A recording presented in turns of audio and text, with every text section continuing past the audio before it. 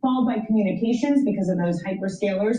Energy, that is down after trending higher for the past 2 days on escalation in the Middle East. And as I mentioned, the chip stock's doing well. So Infotech, that is up 1.5%, Bonnie. Well, we're going to continue this conversation, Danny, in just a moment. Coming up, as you say, chip makers rising ahead of SK Hynix's U.S. listing. We're going to be discussing all of it with Mandeep Singh in a moment. This is Bloomberg Open Interest.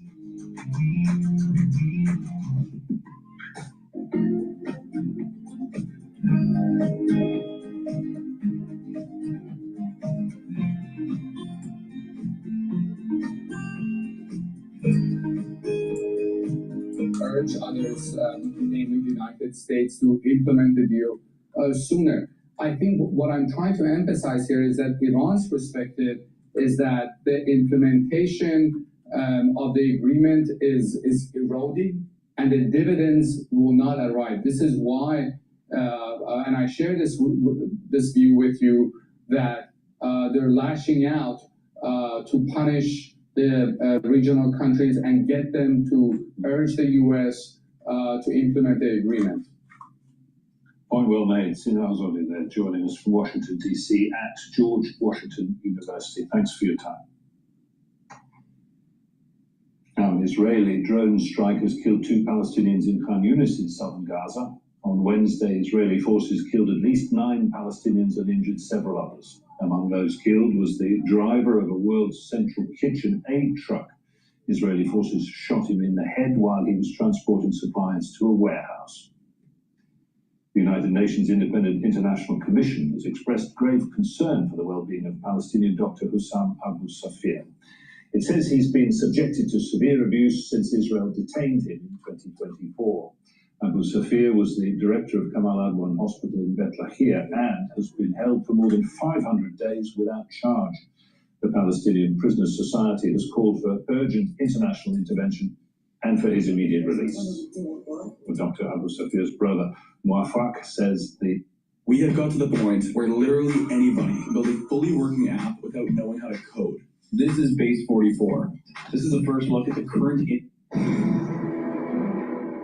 So we begin this morning in the Middle East as the military carries out a second night of airstrikes against Iran. Greg Palcott joins us live from London with the latest on Iran. Greg. Lawrence Bryan, gang. President Trump promised it, and the U.S. military delivered. Another night of airstrikes against Iran. CENTCOM saying some 90 sites were hit, including port cities along the Persian Gulf Coast, an airport, and bridges further inland. The second night in a row of U.S. targeting. And that was followed again by Iranian strikes against U.S. military locations in 3 Gulf nations, Kuwait, Bahrain, and Qatar. Missiles and drones used in those attacks. All this disruption, the temporary ceasefire between Iran and the U.S., triggered by Iranian hits on 3 ships traveling through the Strait of Hormuz earlier this week. Iran thinks it still has control there. On its way back from a NATO summit in Turkey, here's what President Trump said on Air Force One. It's sort of crazy, to be honest with you. It's sort of crazy. They're a little bit out of control, but they want to make it badly. In response, Iran's top negotiator, Mohammad Bagher Ghalibaf, posted, America still hasn't learned that bullying and breaking promises are no longer cost-free. Let me put it plainly, if you strike, you'll get hit. Actual negotiations between the two sides regarding the 14-point memorandum of understanding had been paused for Iran's funeral proceedings for its former supreme leader, Ayatollah Ali Khamenei, killed in the first days of the conflict. The body, which had been carried in processions in next-door Iraq as well as Iran, is set to be buried today in his hometown of Mashhad. Folks, it's not clear whether all of this means the restart of full-scale conflict. Trump did add that anything that happens is going to happen very fast. Indeed, it is. Back to you. Well, thanks so much, Greg. That's great. So what is it, 90, and then the day before 70, so over 150 strikes in 2 days. I'd like to know details of it. We don't have the details of it, but the one thing is pretty clear. Whoever signs the 60 days memorandum of understanding on the Iranian side, they don't have any power. So we should not even pretend that they do. So let's just say the speaker is sincere, the foreign minister is sincere, that they hate us, but they don't want to fight us. They want to be able to unfreeze their funds. They want to be able to sell their oil at market rate. And let's say they want to control the strait, but they know that that will be problematic. The guy that's making the decisions is a guy from the IRGC, this Ahmed Fakiri. So we should not sit down with anybody else. This guy's as evil as it gets. But if we don't deal with him, we should not deal with anyone, because the Supreme Leader's too scared or too disfigured to come out of his bunker. He doesn't even go to his dad's funeral, so forget about him. So it's about this guy who's running the Quds Force and the IRGC commander. So because either these guys don't control it or they're just talking out of both sides of their mouth, but they refuse, as of this hour, they refuse to give up their gradual control of the strait, which is going to be a fee and toll system. And if you look at the memorandum, the MOU, it says that they're going to be managing this strait. We're not going to allow it. And that's fundamentally what happens. They hit 3 ships and they've absorbed 150 shots. So part of the problem is that after we took out all the leaders, at least the first 2 levels, the Iranians had a goal, and the Supreme Leader left a plan to decentralize power. And I think this is about design. He realized that it would have brought them to the hill, and the IRGC has all the weapons, and they're firing on these shipping containers. And they realize, because of what we've telegraphed through the media, that the gas prices are going to be affected right there. And so they hope to pressure the president to make policy decisions strictly based on the gas price. And I think the president is annoyed with him right now. He realized that they're a bunch of liars. He's always realized that. But I also think there has been credible threats against his life. And it shows, Emily, that the president was quite angered by that yesterday. Indeed, and he still has economic and many military options. So those that consider this an escalation leading to, quote, war, the reality is that they have quite a large hierarchy of decisions militarily that simply show the Iranians that when you strike, in the words of Vice President J.D. Vance, we will hit the hell out of you back. And the triage necessary right now is to maintain the Strait of Hormuz so that it's not subjected to piracy, right? We have to ensure the economic and the sort of navigable benefit of the Strait of Hormuz, because right now, if Iran is in control, that has that global impact. And when we harness the energy possible from it, then we show we, A, don't need them, but also that the rest of the world is aligned with us in ensuring that they don't hijack it. If you don't want to be doing this up until November, you got to hit them hard now in July. Mm-hmm. You know, everyone's like, oh, it's too close to the midterms. They said that in May. Yeah. So now it's getting, you hit them hard, give them everything. Now it's getting closer, but still, it's still July. But the smaller hits, let's talk about it, probably work to Iran's behalf, because there's reports that they want to make President Trump Jimmy Carter. They heard Jimmy Carter, stopped him from getting reelected. Ronald Reagan comes in. They wanted Carter out. They want Trump out, but they can't get him out. But you know what they would do? They would take away a lot of his power by flipping the House and Senate by making gas prices high. That's why July is so important. That's why 150 strikes shows the president's not more concerned about security than he is gas prices, but he should just hit them hard. And the price of oil goes up, but it'll eventually go down when we solve this. Hello, my name is DrPaulCottrell. We're live streaming on Rumble, YouTube, and my website, the-studio-reykjavik.com. Please help support the work that I do. You can be a paid member to my Patreon channel, Substack channel. You can also donate on my website through Stripe, PayPal, or Buy Me a Coffee. All these videos are for free. I'm going to tell you how to make some money in the market and also how to get healthy. What I'm doing is shorting natural gas. Natural gas is trading at 3.111 right now. The markets are open. The S&P 500 is at 7,506. My year-end target for the S&P 500 is 7,800 or 8,000, somewhere in there. VIX is stabilized at 1665. Currency markets are stable. Euro's at 114, Japanese yen's at 162.33, and oil's starting to go down a little bit. It's at $72.77. So there's a little bit of a decline in energy costs. Again, I'm shorting natural gas and tactically longing the S&P 500. So let's watch. The dashboard is live streaming on my website and on YouTube. So thank you for joining. Please go to my store, the-studio-reykjavik.com, and get the great products that I offer. I have ebooks, I have course material in immunology and pulmonology. And you can also get the supplements that I use to help slow down the aging process. I'm in my mid-50s, and if you just follow my lead, I will tell you how to slow down the aging process. It's really simple and it's affordable. Detoxifying your body is really important. So please go to my store and get the zeolite. This will bind to heavy metals, toxins, and chemicals and allow you to urinate them out within 6 to 8 hours. By detoxifying your body regularly, you're helping your immune system, your endocrine system, and other organ functions.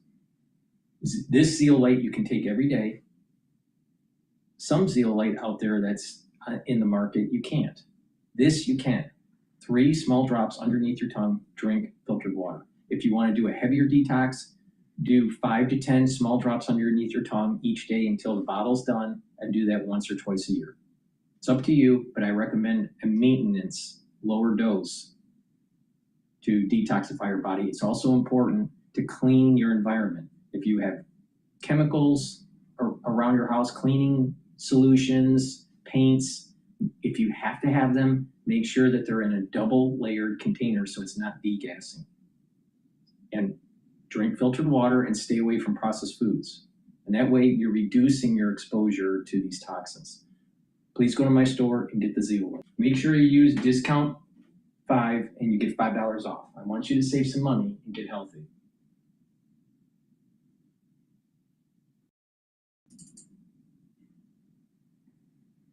Tensions boiling over as the U.S. and Iran exchanged strikes overnight after President Trump said the ceasefire with Tehran is, quote, over. Joining me now is Arkansas Congressman Rick Crawford. He is the chairman of the House Intelligence Committee and is a United States Army veteran. Congressman, thank you so much for your service to this great nation, number one.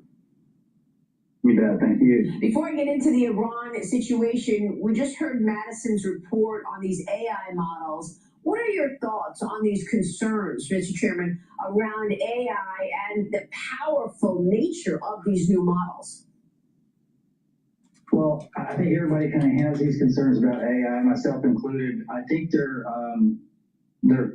legitimate concerns about where we go with AI. However, I think it's important to note that AI is going to be a critical driver of our economy, and it's going to be necessary for us to be leading in that space. If we cede that space to China, we're in bad shape. So I think it's important to kind of get past some of the propaganda surrounding AI. And quite frankly, China is delivering on that propaganda. They want to position themselves to be the lead in AI, which tees up other opportunities for them to supplant us in various categories. So I think we have to do a better job of communicating what AI is, what it does, what we expect of it, what it can be, what it should be for this country. But we have to be leaders in that space. Oh, for sure. What are your thoughts on the recent escalations in the Middle East? It feels that, again, the war is back on. The president yesterday said the ceasefire is over. He's not going to deal with this back and forth. And he said he'd rather finish the job than do a deal at this point. Your reaction? Yeah, I've had this concern all along. I said from the beginning, if there was a deal to be made, Donald Trump could make it, but there apparently is no deal to be made. So he's right to say, let's just finish the job. I think the rest of our allies and partners in the region would appreciate that as well. Heck, we've seen the strikes against Bahrain, Qatar, and I just saw open source reporting that there was some strikes in Jordanian airspace. Jordan.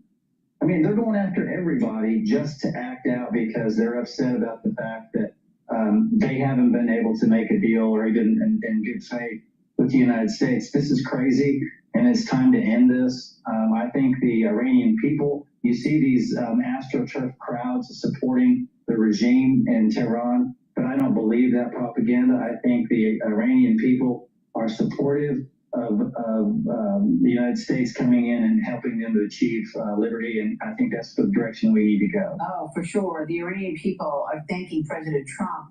It's all over social media.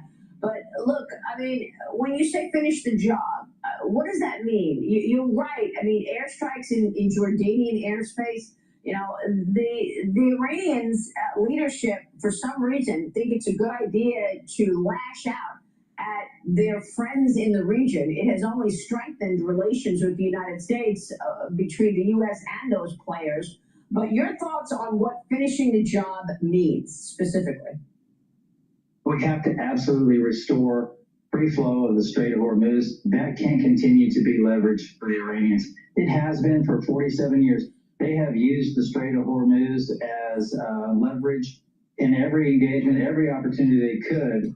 And it's time for that to end, number one. Number two, there can be no more ballistic missile production, no more nuclear proliferation at all. And I think President Trump agrees with that.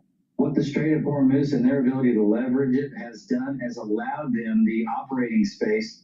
Well, I think that's about this, agrees with your So for the ones that are paying attention, the natural gas now hit 3.097. I closed out my position. The market has been only opened up for less than 30 minutes. So I've cleared out my short position for natural gas. I think there's a trading range between about 3.1 to about 3.3. So I'm going to just let it sit. I'm just going to watch the price curve and not be in, but I've capitalized, made the money, and it took only 30 minutes. Now, the S&P 500 right now is trading at 7,517. And as it starts to tick up, I'll probably close out my position, but I'm going to just wait it for right now.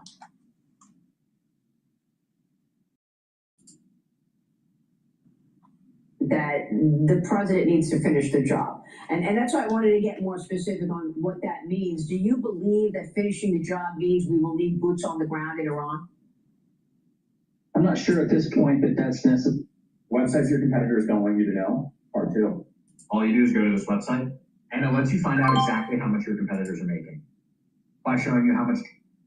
I'm not sure at this point that that's necessary. I think what the president has demonstrated a pretty big complement of options that this can be achieved without not necessarily putting boots on the ground. So I wouldn't take any option off the table, but I don't think at this point that that's something that's being considered. Yeah, and I know that the president does not want to do that, certainly doesn't want to do that at all, but certainly doesn't want to do it now at this moment in time, a couple months away from the midterm elections. But the Senate Intelligence Committee is going to hold a hearing next week on Jay Clayton's nomination as the new director of national intelligence. That hearing, of course, delayed by President Trump last month when Bill Pulte was serving as acting DNI. He's been serving there since June 19th. But Pulte's appointment led to a breakdown in negotiations on the Foreign Intelligence Surveillance Act, or FISA. The surveillance bill lapsed for the first time since its enactment, Congressman, as you know.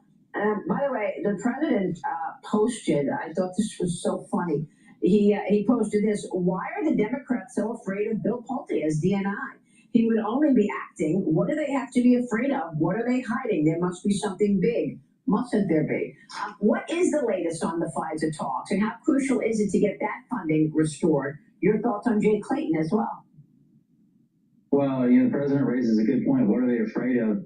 This was, I think, thrown up there as just one more roadblock for them to impede progress as it applies to us trying to get 702 across the finish line. I mean, they were looking for any excuse. This was the excuse. It's unnecessary. We're in uncharted waters right now. 702 is a critical national security tool. Everybody will tell you that. We shouldn't play games with 702. We shouldn't say, well, this individual can have it, but this individual can't. Well, the reality is the DNI has no 702 query authority anyway. What you're trying to do is make a political statement, and you're doing it with the wrong tool at the wrong time. This was the wrong hostage to take. It's just not a good fight for them, and what they've done is imperiled national security in the process. Yeah, all good points. Meanwhile, I got to get your take on what gets done before the. All right, so we're going to pivot to another video. Please go to my store, the-studio-reykjavik.com, and make sure you get the structural nanosilver lozenges.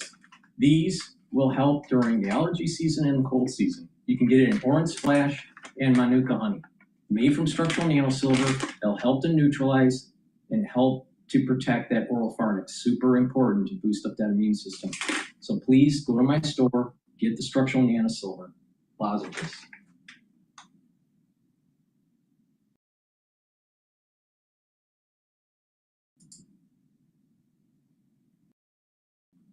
They put the plate down by like it's a piece of art. They make me feel that way. Getting a personal loan when someone is drowning in debt can be the worst thing they can do for 3 reasons. Here's the number one. 97% of applicants. For more, let's bring in former Deputy National Security Advisor and the Heritage Foundation's Vice President of National Security and Foreign Policy, Victoria Coates. Victoria, great to see you. Oil today up a little bit, but it's still under, I think, $74 a barrel. And if this regime is to be toppled, then we must starve it, and that means financially. And even with the Treasury sanctions, the revocation of the sanctions waiver, Iran can still sell its oil. And even counting the oil that's at sea right now at a discount, it would be able to fetch about $4 billion. It won't be able to settle those transactions in dollars, but that's it. The only way to stop Iran from selling oil and making money is to reinstate that blockade. Is that necessary? And will President Trump do it?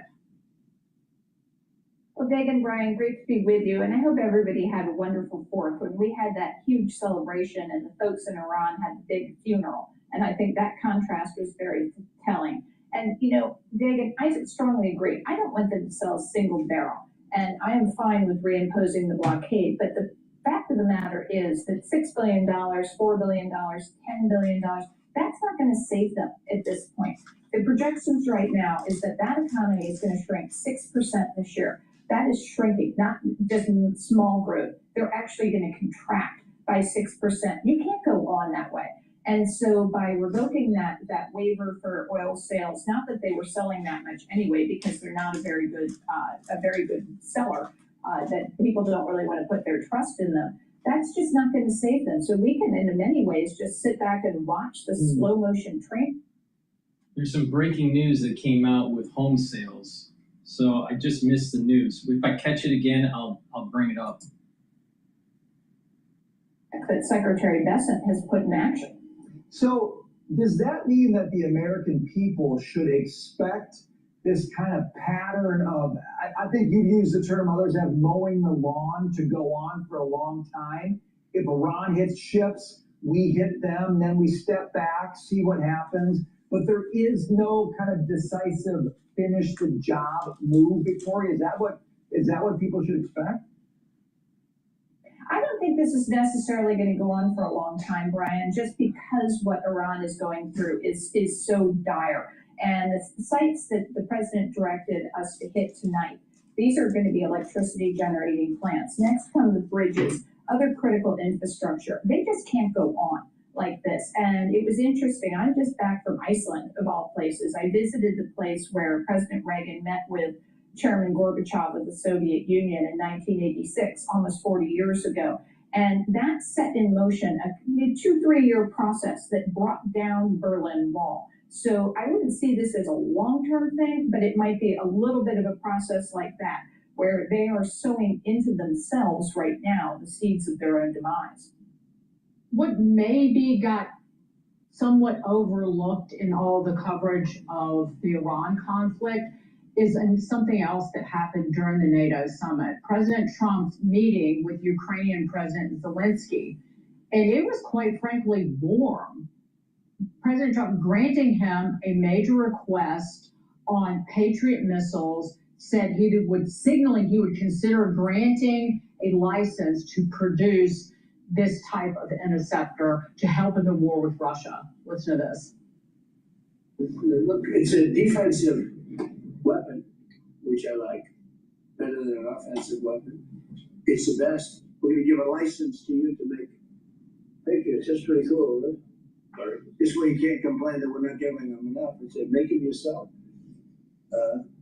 We haven't informed the company of that yet, but that'll work out all right. Victoria, it really seems like President Trump said to Zelensky, you fight the war. And they have pushed Russia to the brink, to the point that Russia has had to cut off exports of diesel and distillates today. And now President Trump steps up.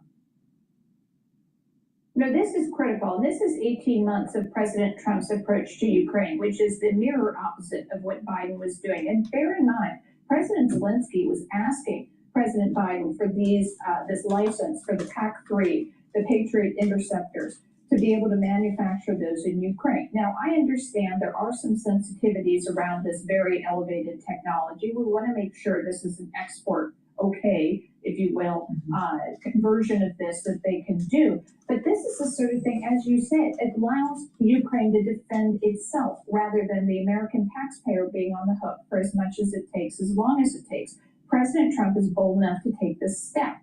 And I think, this could be decisive for Ukraine. And the other important point here is we get a cut of this, 20 or 25% of their production. They replenish our stocks rather than we dilute our stocks to supply them.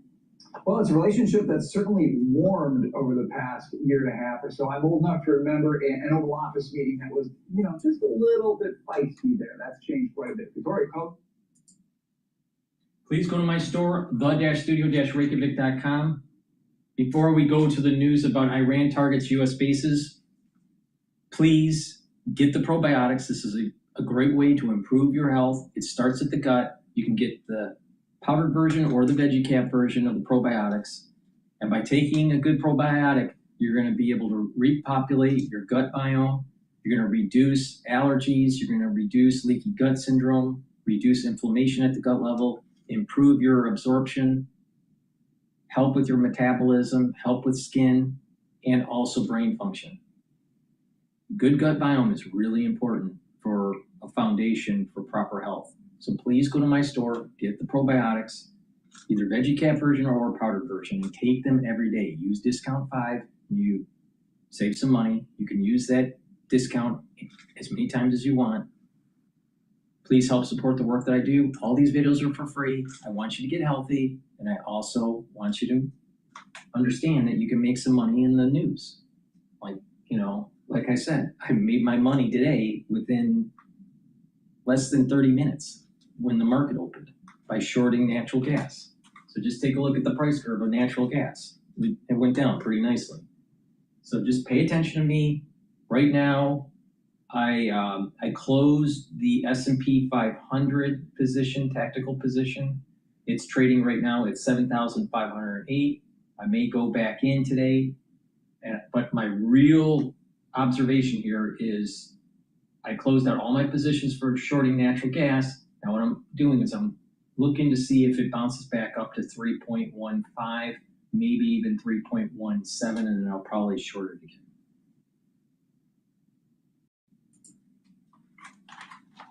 Targeted by these airstrikes, but many here wonder why civilian facilities have been targeted. Mahmoud, at the same time that all of this is going on, the funeral for the late Supreme Leader is also taking place. It was delayed, but Iran says not because of these strikes. Can you tell us what's happening right now in Mashhad?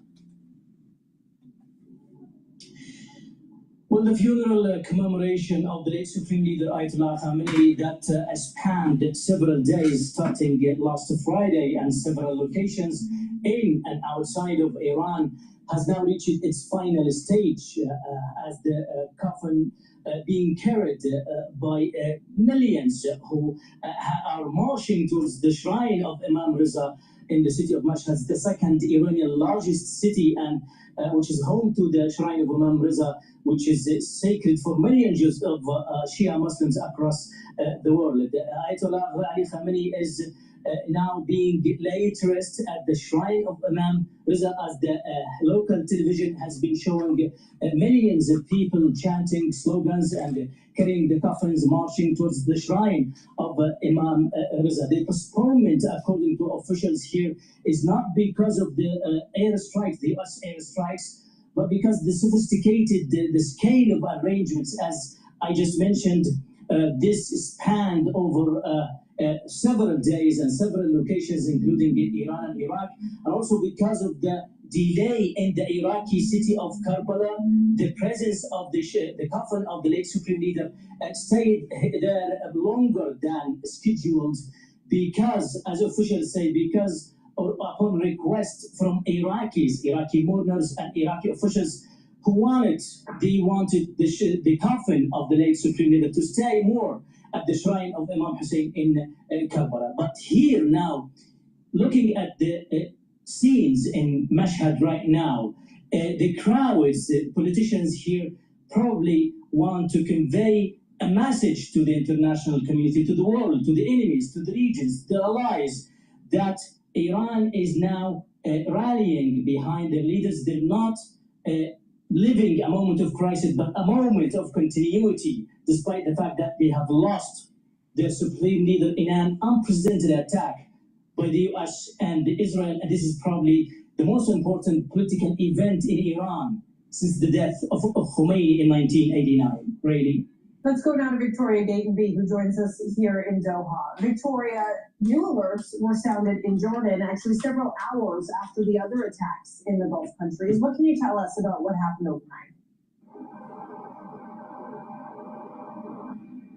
Well, we've had a statement from the Jordanian military in the past few hours in which they have confirmed that they successfully intercepted 8 missiles that were fired from Iran into Jordanian airspace. They say those interceptions resulted in shrapnel falling, but no one was injured and there's no reports of any damage. But they have released in their statement the following. They say, "We are operating at the highest levels of readiness to protect the kingdom's airspace and defend its sovereignty and the safety of its territories." Now, over the course of today, we have been hearing more about the scale and the scope of Iran's attacks on Gulf countries over the past few hours and indeed overnight.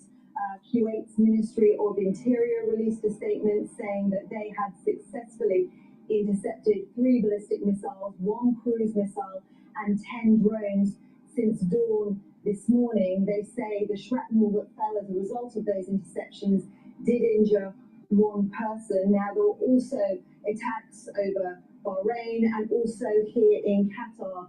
Iran's military say that they target a satellite antenna based around the early warning detection system that operates across this country.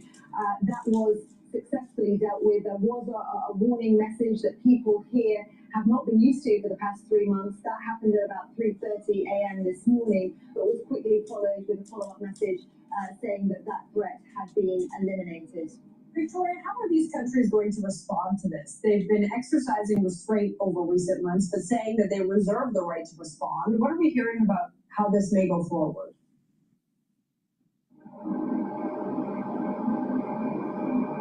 There is no indication that their response that they've adopted over the past few months, really since this conflict began, is going to change. They defend their rights and the right of other Gulf countries to respond and defend against Iranian attacks, but they say any kind of escalation on their part is not what is warranted here, or indeed is going to be helpful. Geographically, particularly Qatar, its neighbours with Iran, they have to come to some kind of accommodation, they know, in order to be able to live peacefully in this region. So what they want to see, they say, is the MOU that was signed just 3 weeks or so ago built on and that momentum maintained so that they can move towards a more settled peace. We have had from Qatar's Ministry of Foreign Affairs a statement saying that the Foreign Minister, the Prime Minister, has had meetings over the phone with counterparts in Turkey, Iran and Saudi Arabia, and has reiterated both condemnation for the attacks and this call for sort of de-escalation. Okay, Victoria Gatenby live for us here in Doha. Victoria, thank you.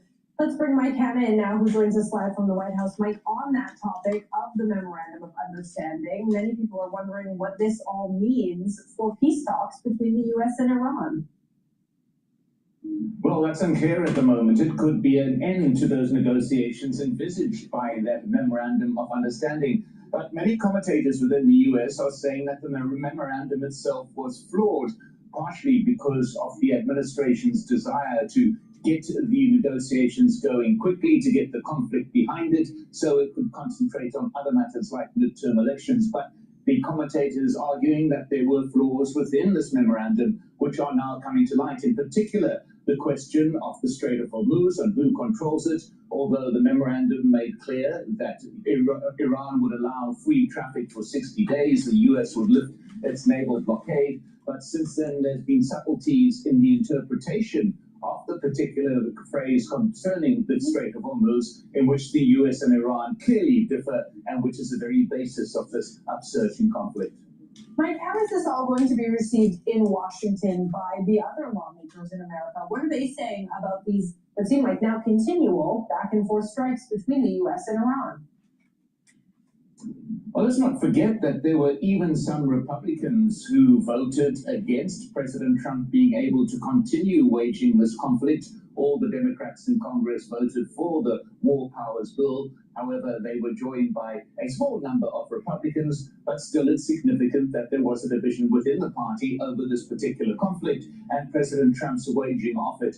Now, the fact that the conflict appears to be renewing is just going to intensify, those divisions within the Republican Party, and also perhaps the anger among the American people. This war has proved deeply unpopular among the American public, as opinion polls show, is also dragging down President Trump's popularity, something that he does not want to happen as head of the Republican Party, with, as I said, those midterm elections arriving. So there is a political dynamic to all of this, which, to mention what I said earlier, is one of the reasons, say commentators, why President Trump was so quick to adopt what is increasingly proving to be a flawed memorandum of understanding. Al Jazeera's Mike Hanna reporting live for us from the White House. Mike, thank you. For the ones that are watching the S&P 500, especially from the dashboard, it's trading at 7,491 right now. It broke the 7,500 level, and VIX is starting to creep up. It's just below 17.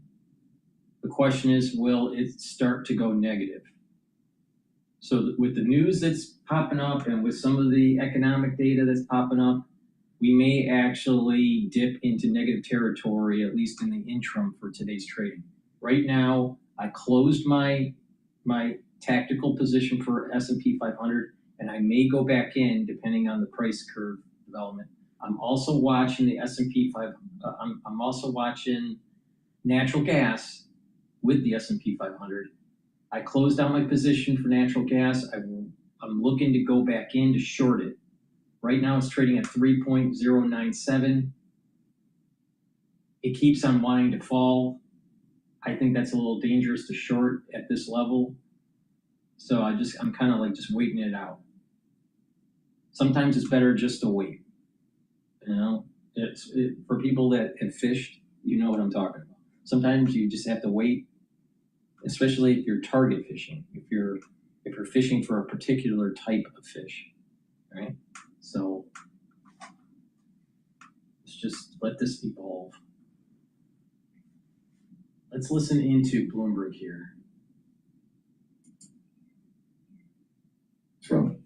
Dan, thank you so much. We always appreciate your reporting. Dan Williams, he's a reporter for Bloomberg News. He is based in Jerusalem, boots on the ground, as they say, getting the latest reporting from there. And again, Jess, it just seems like, I was talking to an oil analyst earlier in Bloomberg Surveillance. I mean, they're kind of modeling out, this is going to drag out for a while. And so the energy markets are kind of feeling that. And again, we saw oil up 6-7% earlier this morning. It's now down 1%. Yeah, and the energy sector in the S&P 500 down more than 1%. And obviously the question what that means for inflation in the Fed. So oil right now, oil's trading at 72.65. Natural gas is trading at 3.102. I'd like to get back in and short it at 3.17. That'd be ideal. Now, there are two ETFs that are also important to pay attention to, Gush and DRIP. DRIP has been going up. It's at 4.955 because it's shorting. It's a leveraged ETF shorting energy companies. And then DRIP, that's DRIP. Now, Gush is trading at 33.01, and that's been trending down today. Obviously, because of energy commodities prices are going down. All right, with that, let's go to Card Island. What's going on there? Has anyone actually made it to level 4 before? If you're slightly congested, use level 1. If you find Go on, all this. All right, so This is Fox Business talking to a retired U.S. Navy SEAL. Please go to my store, the-studio-reykjavik.com. Get the omega-3. This will help with your cardiovascular health, help to control your lipid profile, reduce inflammation, reduce plaque formation. Super important. Magnesium and zinc boosts up your immune system and helps with brain function. Vitamin C helps with skin, the immune system, and brain function. I highly recommend stacking the magnesium and zinc and the vitamin C and magnesium. Now, with the vitamin C, this also works really well with cross-linking with the collagen to improve your dermal layer. You take the collagen powder, you take the vitamin C, drink filtered water, it will cross-link and improve that dermal layer. Please go to my store, the-studio-reykjavik.com. Use discount 5 and you get $5 off any order.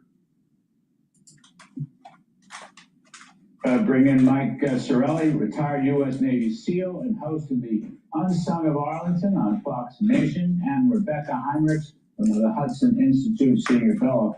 Thanks to both of you. Mike Sorelli, I am not the military expert, but I have talked to several who believe it would not be difficult for our Marines, maybe in combination with others, to take Karg Island. And I think as far as this Iranian war is concerned, that should be the next major step. The president's been talking about it. It's clear he's thinking about it. I would go ahead and do it. What do you think about this? Larry, you may be correct. And what we saw last night with the 80 targets, it was very selective. Basically, Iran's maritime attack or disruption network. We're talking about air defenses and radar systems, anti-ship missiles, drones, and C2 nodes, and they even removed 60 fast attack boats. So that may have been setting the condition for what we call joint entry forcible operations, which is where the Marines come in and seize Karg Island. But Trump has effectively given them white space for defensive measures, the capabilities of Iran to reach out and hit Karg Island if the Marines take it. But the point that you're trying to drive home is economically it squeezes them, to which that economy will die. It's already dying. The impacts of the economic fury have been crippling. This is just the last straw that we can grab. And Rebecca, I'm coming to you in a moment, so hang on. But just to follow up, Mike, what you're suggesting, what I heard, is we don't want to give them white space of the Iranian. So if this is going to happen, it should happen fast. Is that what you're suggesting, taking Karg Island? Let's not let the grass grow. Let's just go ahead and do it. No, I would do it, especially after those strikes. You set the conditions. When I'm talking about white space, that's as much buffer for our Marines holding Karg Island to increase force protection for them, to push the Iranians or destroy the capabilities they have of reaching Karg and giving the best chance to our Marines to hold it and hold it well. All right, I got it. Thank you. Now, Rebecca, let me step back a minute. I'd love to see him rip up the memo of understanding and rewrite it. I mean, it should be the terms of an unconditional surrender, no more money. Whether they restore the naval blockade, I don't know. If the military can enforce the sanctions on all sales, that would be a good thing too. But it's time for the professionals to come in and rewrite the thing in terms that look like an unconditional surrender, Rebecca. Right, the MOU as it was currently written, I had major problems with it, Larry. In particular, 2 provisions. The first provision essentially lifted sanctions immediately. And that's what we've been living under, where the Iranians have been able to be flooded with cash from their oil sales. And who is buying Iranian oil? The Chinese. Nobody else wants to touch it. And so Iran, of course, immediately, as soon as it can have oil sale profits, what's it going to do? It's going to reconstitute its forces. And so that was a flaw. And the second flaw was permitting Iran to have any kind of management at all over the strait. It was implied in one of the provisions that they couldn't hold for 60 days, and then just said 60 days. And so Iran has been insisting that they get to manage the strait. That is a non-starter for the United States. I agree with President Trump's decision to launch again retaliatory strikes, and there's going to be more tonight that I'm hearing. And I agree that if we do take Karg Island, you're going to see a series of strikes again to make sure that those Marines can land as safely as possible. So look for targets that could potentially be used to hit any Marines that would land on that island. So it's not just going to be strikes on Karg, it's going to be strikes all along the coastline to make sure that the Marines can be as safe as possible. Yeah. You know, Mike, the whole MOU, which I have defended, even with its ambiguities, that Rebecca pointed out and so forth. But it was performance-based. You know, you talk to White House sources and military sources, and they all said the same thing. They have to earn their money, the Iranians. Well, it just seemed to me we were really pulling that trigger too fast. We were letting them sell 50 or 60 million barrels, according to some of the oil traders I talked to. That raises a lot of money. Most of it was sold to China, as Rebecca suggested, by the by. But at least it gave Iran a lot of money. But what for what? What performance have they done? I mean, it's very clear now they're breaking the entire MOU, and certainly the easiest, most straightforward, and that being open up the Strait of Hormuz, you know, for freedom of navigation. So I like performance-based. I like incentives a lot, but they didn't do anything to earn the money. So it's almost like we had to start from scratch. That's why I'd redo the whole thing, the whole MOU. Yeah, I don't disagree with you at all, Larry. And we've had this conversation many times. You know, this is in line with how Iran views agreements. And they've never honored any agreement over the past 47 years. I agree with you. What I think is a strong call is you have Trump at the NATO summit, and he was very willing and very quick to make a decision to strike Iran. And all our NATOs just saw that when Trump says something, he means it, and he's going to follow up with harsh consequences. The only difference between Trump and all the previous administrations is he actually had the harsh consequences in place with the U.S. military that if they did not abide, they would get struck. And they just got hit hard. And that's the first time in our lifetimes that we've seen a president actually not create a red line, or if they do, the second that's crossed, they hit our adversaries, and it sends a world not only to our allies, but to our adversaries. You are so right. I mean, that is the brilliance of Donald Trump. He draws a red line, he's going to maintain it. You're 100,000% right on that, and it's so important. And, you know, the Chinese are watching, the Russians are watching, the North Koreans are watching. You're totally right on all counts. It is so important. Rebecca Heinrich, so you got to come on set with me, and together we're going to rewrite the MOU. All right, and I'm only going to give you one sheet of paper, okay? You can have a computer, but I tend to use my pen. One sheet of paper. All I need is 3 or 4 key points on this thing. The whole rigmarole of the 14 points with their ambiguities and everything ends with the idea that there's going to be a deal. I mean, let's rewrite it. Let's rewrite the thing. Why is that? It's time for that. Yeah, we have all of the economic leverage. We have all of the military leverage. There is no reason to be giving the Iranians any leeway here at all, any money up front. The United States gets to set the terms, and we certainly do not want to be giving the Iranians the opportunity to have the Chinese come in and provide diplomatic cover, which, by the way, the Chinese have backed the Iranian claim to be able to toll the strait. So the United States should be setting the terms, and if the Iranians want to play ball, they follow our terms, and then they get any kind of other benefit. The other point I would make, Larry, is it's not just that we want to send a message to our adversaries. We want to demonstrate that the United States is the ally to be in our corner. The Iranians continue to fire at Kuwait, Bahrain, the UAE. If the United States wants these countries to side with us and to side with the Israelis, to continue normalization with the Israelis, our strongest ally in the region, the United States cannot permit the Iranians to continue to fire on the infrastructure in these Gulf states. And so I think it's imperative for the United States to demonstrate that we are the ally to back, we are the strongest power, and we've got the political will to defend our allies and to fight alongside them. That's the way for stability in the Middle East. Yeah, well, I think Mr. Trump is making that clear, and I think some changes, at least some tactical changes in the campaign are about to happen. Anyway, thanks to both of you. Mike Sorelli, thank you, and thank you for your service always to our country. Rebecca? Please go to my store, the-studio-reykjavik.com. Get the vitamin B complex. This will help to rev up your metabolism, help to protect your neurons through vitamin B12. And the first 4 B vitamins in this complex will help the electron transport chain to boost up your ATP so you have more energy. Super important, especially if you're 40 years of age or older. Please go to my store. It's the-studio-reykjavik.com. All right, let's listen into Bloomberg here. I think they're talking about cybersecurity. Some of these technologies out there. I tell you, the auto industry is really in the midst of a years-long transition, evolution from internal combustion engines to EVs. And what I think a lot of us were told, 5, 6, 7 year transition, it's going to be a lot longer than that. Right, and to Ann's point, what Ford and GM have been going for them over Tesla that you might not have thought about before. So it includes our good friends at Volkswagen, Europe's largest automakers under intense pressure at Volkswagen. When it comes to EVs, first of all, they're not as robust as the combustion engine. If you buy a vehicle, you're going to be able to have that vehicle for much longer than an EV, if it's a combustion engine, or maybe a hybrid. But if it's 100% EV, it's not going to last. So you're better off getting a combustion engine. On top of it, if you're going to be traveling a lot and you don't want to wait for refueling, combustion engine is the best way to go, or a hybrid, not an EV. So the infrastructure isn't ready for it. And if everybody bought EVs and started plugging them in your house, your electricity bills would start to go up.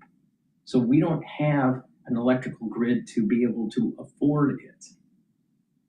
If you live in a dense area like New York City or Chicago, how are you going to charge your vehicle? Where are you going to park it? You have parking as a problem, let alone charging. And you know that charging takes a long time. Even if it's fast charging, it takes a long time when you compare it to filling up a tank of gas. So it doesn't make sense. And then when you take a look at the total cost, it actually costs more to make these EVs than a combustion engine vehicle. Extracting the lithium degrades the environment more than pumping oil. So it just doesn't make any sense. And it will take a long time to have an adoption of EV surpassing combustion. It's going to take a long time, like beyond 2050.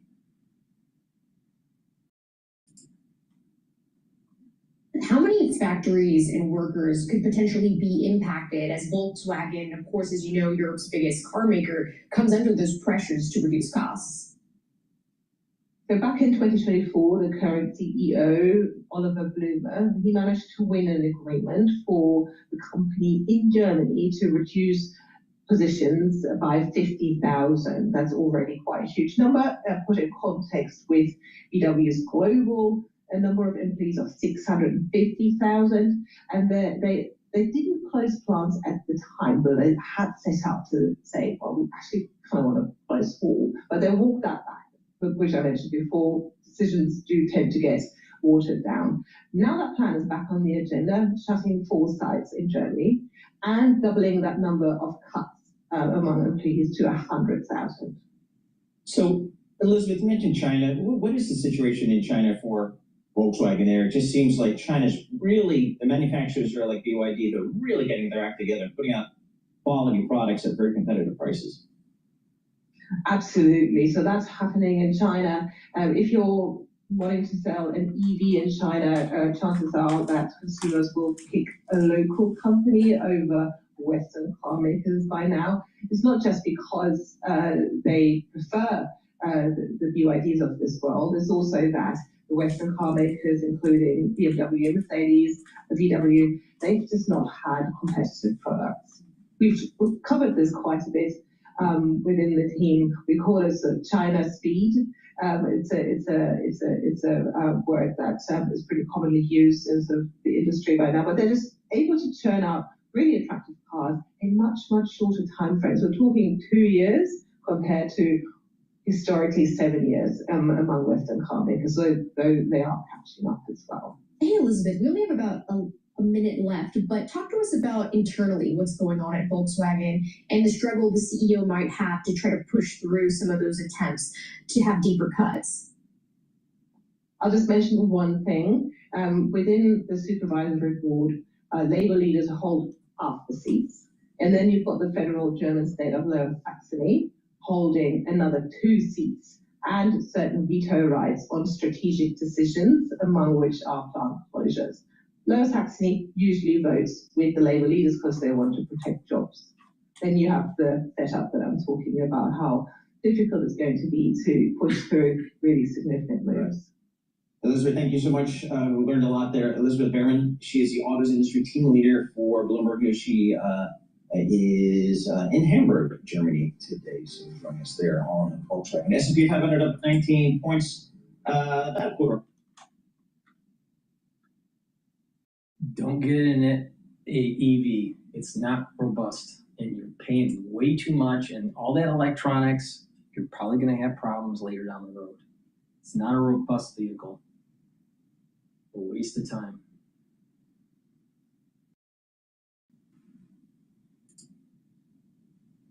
Only bleeding heart liberals buy into that BS.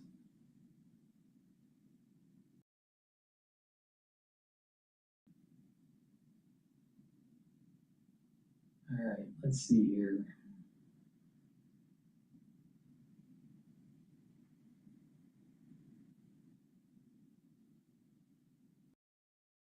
Let's listen to CNN. They were interviewing a retired admiral dealing with the United States and Iran. We are bringing a knife to a knife fight, but we've got a gun. And I think that's what President Trump has to make a decision upon. And I'm all for striking Iran. I think they have badly overplayed their hand here. And I think Admiral Brad Cooper, the head of Central Command, is going after targets that are directly impacting the opening of the Strait of Hormuz. All makes sense. But talk about bringing the gun to the knife fight, that is when we go after their economy, and that's going after Carg Island. And you heard President Trump kind of tease that out a little bit. And frankly, I don't think we're going to conquer Carg Island, but we could blockade it. That would be the end of the Iranian economy. I think you've got to go after economic targets. And the problem with doing that is the Iranian response. Will they then go after oil and gas facilities in Saudi Arabia and UAE? So it's not a great set of options, but I think compared to option one, Pontius Pilate, just walk away from it all. Option two, full-blown troops on the ground, massive military, not a very good option. I think option three is amp up the pressure, go after some economic targets, push them back to the negotiating table. Frankly, they've got a pretty good deal, and I think they're about I think we should be putting troops on the ground, taking control of some of the islands that are in the north part of the Strait of Hormuz, destroy the coastline through gravity bombs, and take Carg Island. Take the oil, destroy their infrastructure, and level Tehran. Absolute surrender and destruction of the IRGC. That's what needs to happen. They need to apply the same pressure that General Grant did against General Lee during the Civil War. Absolute surrender. He's wrong. We need troops on the ground. What it is that people are afraid. And when you're afraid, you're only kicking the can down the road. Just imagine if General Grant was afraid. Would we even have a union? Would we have won the Civil War? Would we have been a country to be able to fight in World War I and World War II? Would the world be totally different if Grant was afraid? See the point that I'm making? Kicking the can down the road is only going to make it worse, and it's going to cost way more money. And we're already, as a nation, too far in debt with all the bond issuance that the federal government has issued over the years. Just get the job done. So I disagree with the retired admiral. Opportunity. Hopefully those lights will go on in Tehran. Well, first, before we get to Carg, if the intention with striking coastal cities' positions around the Strait of Hormuz is to eliminate Iran's ability to target shipping there, can that be done just from afar? Or do you need troops on the ground to do so? Because Iran has proven itself very resilient to threaten shipping, whether it be a combination of sea mines and drones and missiles fired from afar? Can you eliminate that danger without putting troops on the ground there? I've gone through the Strait of Hormuz close to 100 times on Navy warships, both under attack from Iran and in other circumstances. We've been at this for 40 years in my career trajectory. And the short answer to your question is, you can degrade their ability significantly, but you cannot, in this new era of drones, take away that ability. They can launch drones from hundreds of miles away. This is the reason why you have to get troops on the ground and totally destroy their will. You have to destroy the theocracy and you have to destroy the IRGC. It can be done, but we have to level Tehran. We have to level the whole coast and take the islands and take the oil. And we would use that money to actually help reboot their society and allow for a constitutional republic to flourish. And if the people don't want it, then they don't deserve it. You know, some people just don't deserve freedom because they don't want to fight for it. I suspect that if you knocked out the IRGC, that they will align with the United States. But if they don't, fine, we have the oil. And it's a strategic, great move against China because we would be controlling their flow of oil, especially if they want to go and do expansion in the Pacific against Taiwan and the first island chains. So I disagree with the admiral. This is just another capitulation move. And he had a long career for 40 years. Okay, what war did you win? 40 years, what did we win? Did we win the tanker wars? No, we capitulated. Did we really win Iraq? No. And even during Desert Storm, we were afraid to go to Baghdad. Another afraid, and then it ended up having to go in later. Did we win Iraq too in Afghanistan? No. What more have we won during the retired admiral's career trajectory? Win. Win. That's what matters. Win. Very difficult proposition. You could up your chances by taking control of about 100 miles of Iranian coastline along the strait. Then the Iranians really would be down to drones. And that's pretty hard. You can defend against it up to a point. But boy, you don't want to get to those stages. Let's hope we can get to a negotiation and get Fred Pleitgen out of Tehran, for whom I have enormous respect for the reporting he is doing. Fred, you heard Admiral Stavridis there describing the economic pressure point for Iran and the regime, including the possibility of shutting down its oil industry if the president were to order that. What is your sense being in Iran? I mean, is the population feeling the economic pressure? Do you sense the frustration at the regime bubbling over as a result of that? Stavridis for those kind words.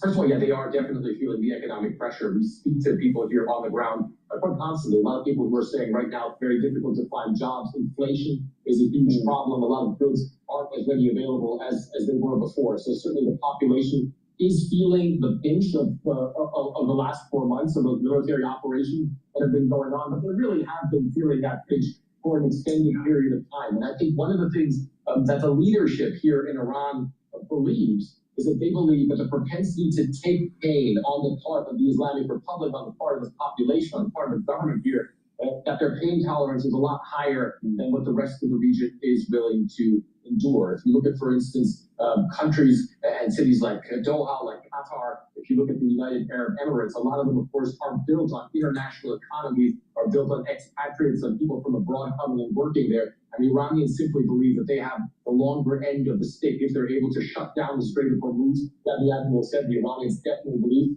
they would be able to do, and then also project power into the region. And I think one of the things that the Iranians they say themselves have been trying to make clear is that in order to project that power, especially into the Strait of Hormuz, to stop shipping from going through there, they don't really need a lot of those coastal positions. They sometimes fire some of those missiles that endanger some of those shipping lanes from deep inside Iranian territory. So they certainly say the geography favors them. Harangue Island is another one of those things, by the way, where today a senior member of Iranian parliament said, look, if the U.S. wants to try and go there, the Iranians are going to defend that place. It's going to be bloody for U.S. troops that are going to try and go on land there. So the Iranians are essentially saying, as far as the geography is concerned, as far as their population is concerned, Iran is there. Iran is not going to go away. And certainly Iran is a big factor with more than 90 million people to deal with. Well, just ask the Ukrainians about how far you can fire drones and deep inside an enemy territory and cause damage. Admiral Stavridis, before we go, you mentioned the prospect of the U.S. blockading, perhaps, or taking control or destroying facilities on Harangue Island.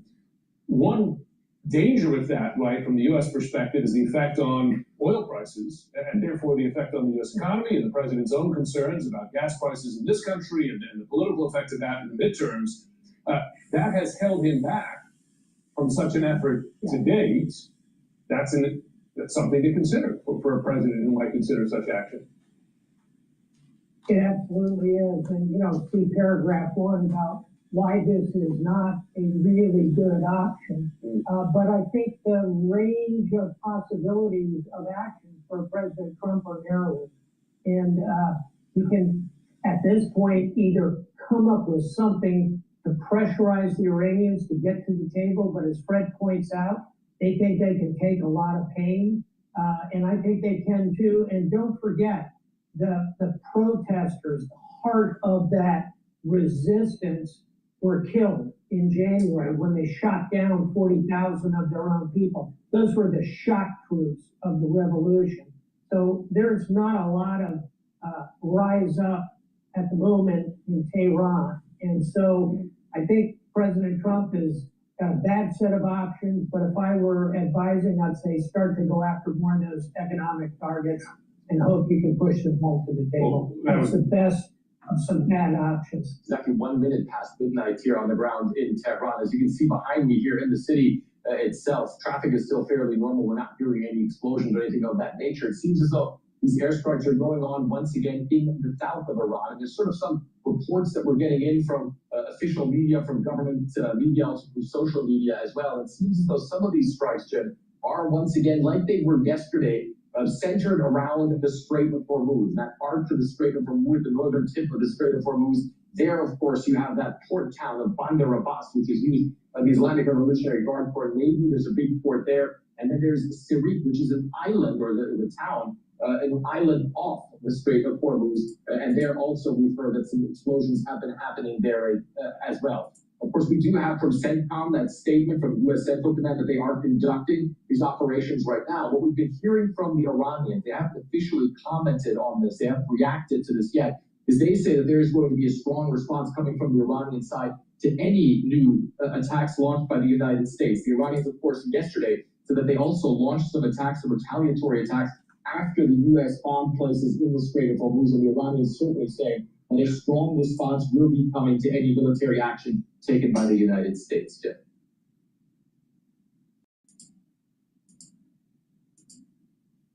Good point for Iran and the regime, including.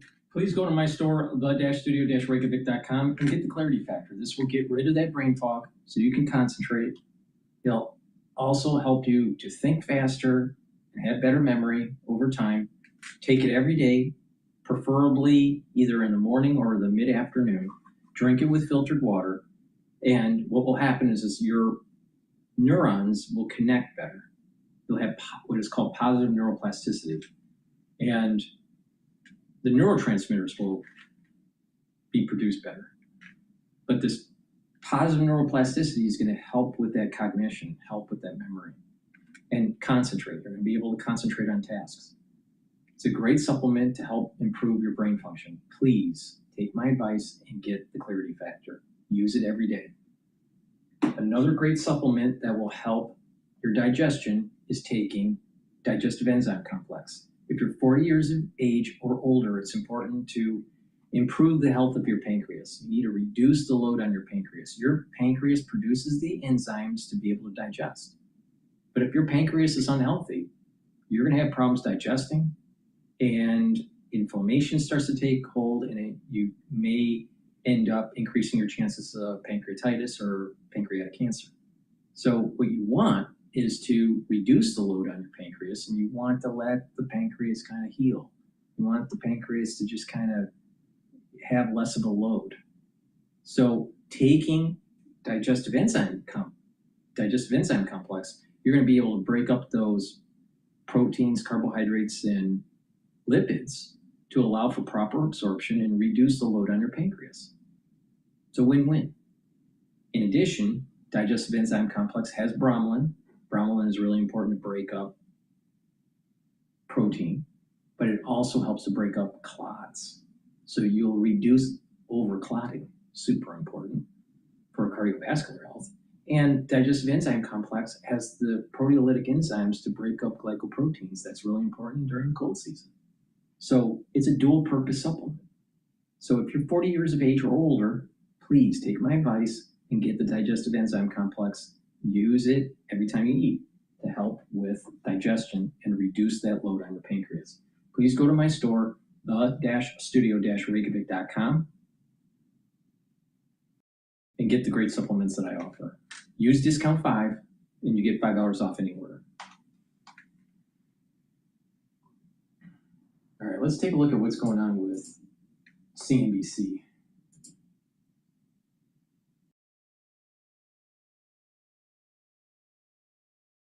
Now let's listen to about how, this is Palo Alto Network CEO. We need to see the pricing for AI come down. So let's listen into that. As companies try to secure in the next wave of artificial intelligence, the company says more than 1,000 customers have asked for meetings around its frontier AI defense offering, and CEO Nikesh Arora has personally taken hundreds of them. Joining us now in a CNBC exclusive interview is Nikesh Arora, CEO of Palo Alto Networks. Nikesh, thank you so much for joining us this morning. We had Sam Altman on just before you touting OpenAI's latest model. He says the latest AI model is 54% more token efficient. I'm curious if you think that is enough to appease customers who have been voicing concern around high token costs. Well, thank you for having me, Siva. I think that's a good start. I said a few weeks ago that for us to find the right balance from how enterprises adopt AI, how they're going to start betting the farm on AI evolution, we need to see the pricing for AI come down. I think the pricing today even makes it very hard for enterprises to take the bet. And we don't need friction introduced by model companies from a pricing perspective and a deployment perspective. I think 54% is a good start. I think we probably need another turn at it. But I think if we can get token efficiency from where it has been to about 1/5 to 1/8, that's a good place to be in the next 12 months. And I expect by next year we need it to be about 1/10. Got it. Okay, so token prices still need to move down further. Your thoughts, though, that if large language models continue to get more robust and powerful in terms of AI capabilities, how does open source models really win the race? Well, I think it's important to take, if you step back and think about it, I think demand for AI consumption is still infinite. We do not have enough compute in the world to satisfy the demands of both the consumer side and the enterprise side. So demand is not a constraint. The question becomes, how quickly can we adopt the demand? I think the conversation will shift over the next 6 to 12 months on not how smart the model is, how intelligent the model is, how quickly can we deploy the models, how can we take context, memory, how can we take tribal knowledge and embed that in the enterprise context so we can all see value from this leaps and bounds that models are showing. I think there's going to be different horses for different courses. You will find that frontier AI models are extremely useful for groundbreaking research. Do I want an open source model doing this drug discovery or curing cancer? No, I want the smartest brain on the planet, which will come in the form of frontier LLMs, which are going to solve these hard problems and we need them. I think there are going to be task-specific models, which will be low cost, easy, will not require sort of multi-agent orchestration, will not require a lot of context and memory, which you will get, literally as a commodity, whether it comes from open source or perhaps an older version of frontier LLM. Moo Engine. Let's see here.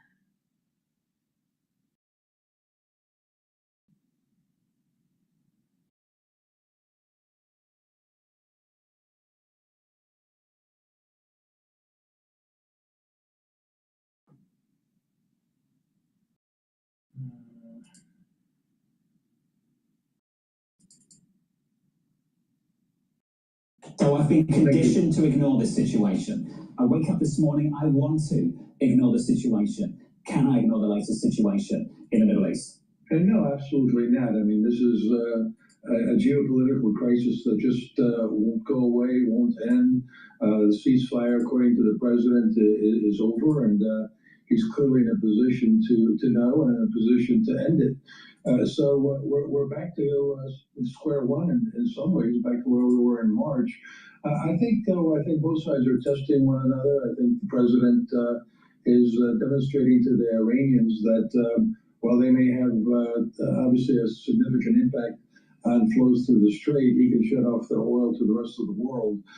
The unsettling development here, I think, is it may very well be that Iran is basically out of control, that the Revolutionary Guard is not going along with whoever is quote unquote on the moderate side. Moderate being that they'd like the ceasefire to continue and they'd like to come up with some sort of agreement. But the president made it pretty clear that it's very frustrating, if not impossible, to negotiate with the other side. And so clearly we can't ignore this.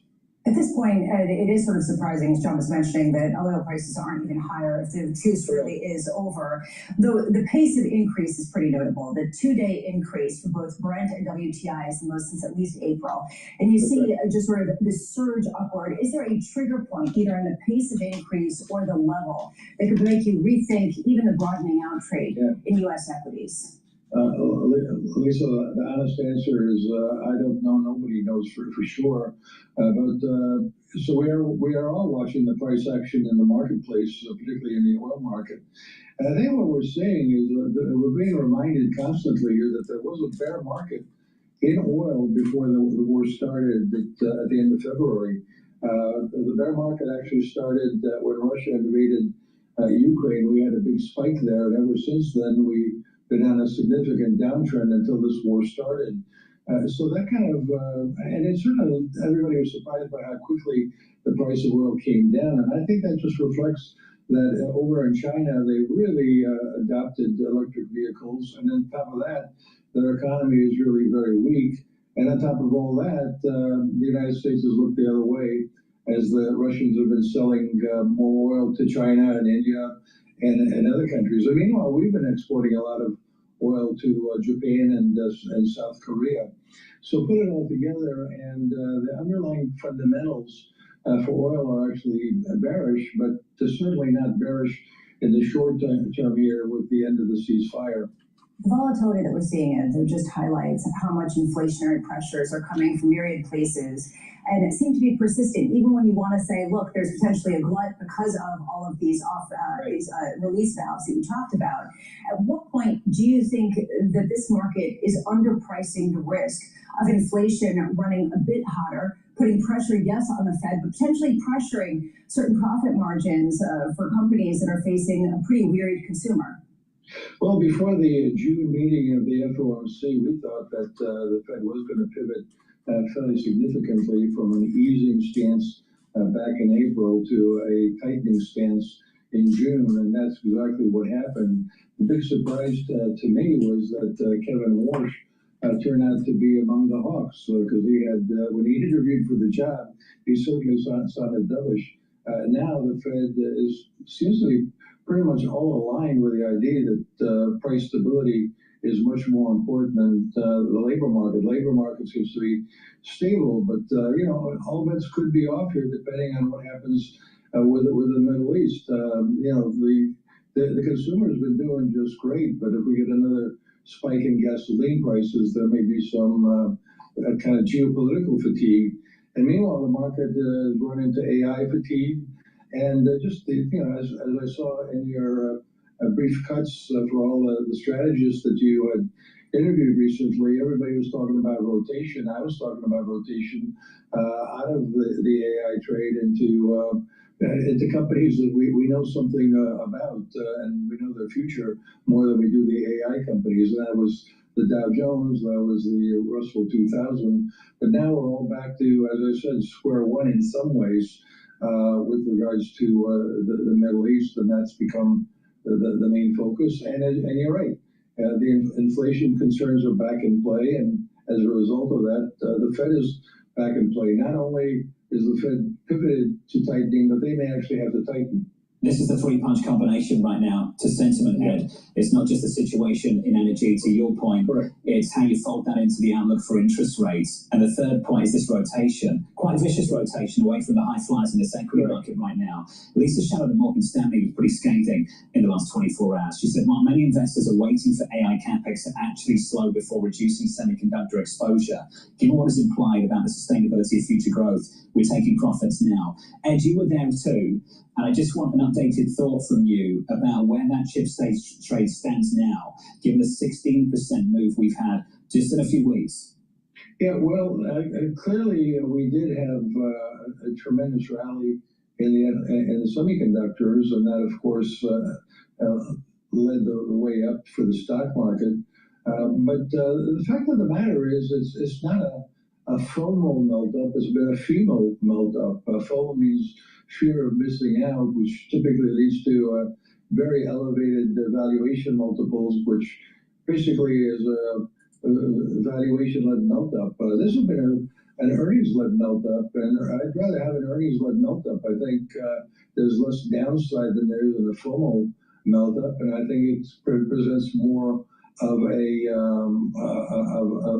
opportunity in the market, because the fact of the matter is earnings have really justified the rally in semiconductors, and it's not just expectations, but it's expectations based on actual reality. So I would view this sell-off more as an opportunity than a reason to panic. But right now we're seeing not so much panic, just massive profit taking because there have been massive profits. So Ed, you went there. When did you start buying these chip names that have been beaten up in just a few weeks? Well, I think we're getting pretty close, because these things move. They don't kind of do things in the leisure fashion. They go up very quickly, they go down very quickly. And so I think there's an opportunity starting right now, but I say that with some hesitation, given that I don't really know, nobody really knows how this latest end of the ceasefire plays out. And so the war is not over, is the bottom line here, and the stock market is working on discounting that idea. YouTube Premium is ad-free YouTube. We're going to go to Fox News about top Iranian negotiator issues chilling warning. You'll get hit. Please go to my store, the-studio-reykjavik.com, and stack these supplements to supercharge your anti-aging. All right? You can take these supplements individually, but I highly recommend stacking them because they're synergistic benefits. Lignans will help to boost up your immune system and your endocrine system, soak up free radicals, and bring down inflammation. That's going to help with the endocrine system, the immune system, your cardiovascular, and brain function. Turmeric brings down inflammation, soaks up free radicals. And by bringing down inflammation, again, you're helping all those different systems that I just mentioned.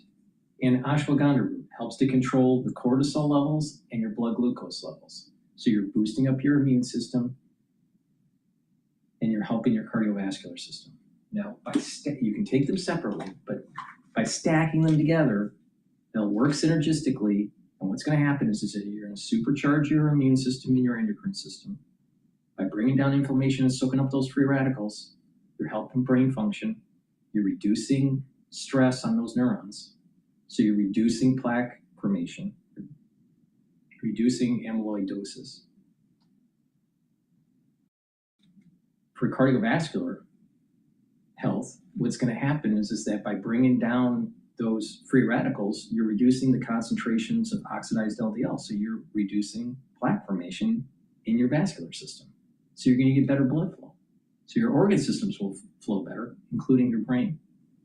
And your hippocampus will have the nutrients it needs to maintain memory. If you start having your carotid arteries starting to clog, you get worse blood flow, and you're slowly choking off your hippocampus. You don't want that, trust me. So please go to my store, get the ashwagandha root, the turmeric, and the lignans. You can take them separately, but If you take them together, they work synergistically to slow down the aging process. And if you pay attention to what I was saying, you're targeting many of the features of aging, and you're getting more energy, you're bringing down that inflammation, you're soaking up those free radicals. You're helping the immune system, you're helping your endocrine system. When you get older, your immune system and your endocrine system start to fail. It starts to weaken. Your energy levels start to go down. Your inflammation in your body starts to increase. You want to lower that. You'll also notice by taking this stack that you're helping improve arthritis in your joints because you're bringing down that inflammation. So please go to my store, the-studio-reykjavik.com. Make sure you use discount 5 so you're saving some money. Now, the market right now, the S&P 500 is at 7,516. It did dip down and then came back up. Oil is trading at 72.38. It's been trending down today. Currency markets are stable. Bitcoin's trading at 63,000. Oil's at 72.38, and natural gas has been trending down, and it's now at $3 and almost 5 cents. Now, I closed out my positions for the S&P 500 tactical positions. I was longing, made a little bit of money on that. Now, I might go back in, I may not, I don't know yet. In terms of the natural gas, it's been trending down. I closed out my position profitably, positions, and went in multiple times. And now I'm out, and I've been waiting for it to retrace. It hasn't retraced yet. Now, a lot of times what happens in the energy sector, things start to stabilize at around 2 o'clock. So I'm just kind of waiting it out, and determining if I'm going to put a new position in that will carry over into after session trading or early morning session trading for tomorrow. I'm not sure yet, but I have powder that's dry, and I'm just waiting it out. I would prefer to see natural gas start to retrace a little bit back to 3.1 before I short it again. I think it's a little bit on the low side for the trading range. I think the trading range right now is 3.0 to approximately 3.3. And because we're in the summer season, there's more, usually, historically, natural gas trends down in the summer. So it's better off to just catch the momentum of that normal trend. All right, let's listen into Fox News. So in the Middle East, the United States military carried out a second night of airstrikes against Iran. And Tehran staging its own wave of attacks, targeting U.S. allies across the Gulf region. And our bases in that region, Alexandria Hopp joins us now from the White House. Alexandria. Well, good morning to you. Yes, U.S. Central Command confirms a second consecutive wave of strikes targeting military infrastructure in southern Iran, also coastal Iran. These strikes have been described as more aggressive than the initial wave that we saw earlier this week, sparked by attacks on commercial ships in the Strait of Hormuz. Tehran has responded by targeting neighboring nations, including Kuwait, Bahrain, and Qatar. Now, Iran taking up much of the talk in Turkey, where President Trump just was for the NATO summit. There he said the fragile ceasefire deal signed last month is over. It's sort of crazy, to be honest with you. It's sort of crazy. They're a little bit out of control, but they want to make a deal. Badly.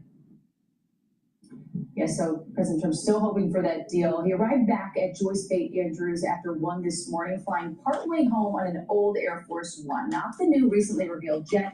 President brushed off as having to do with potential security concerns, but did acknowledge in Turkey the ever-present threat he faces. The life of a president is very dangerous.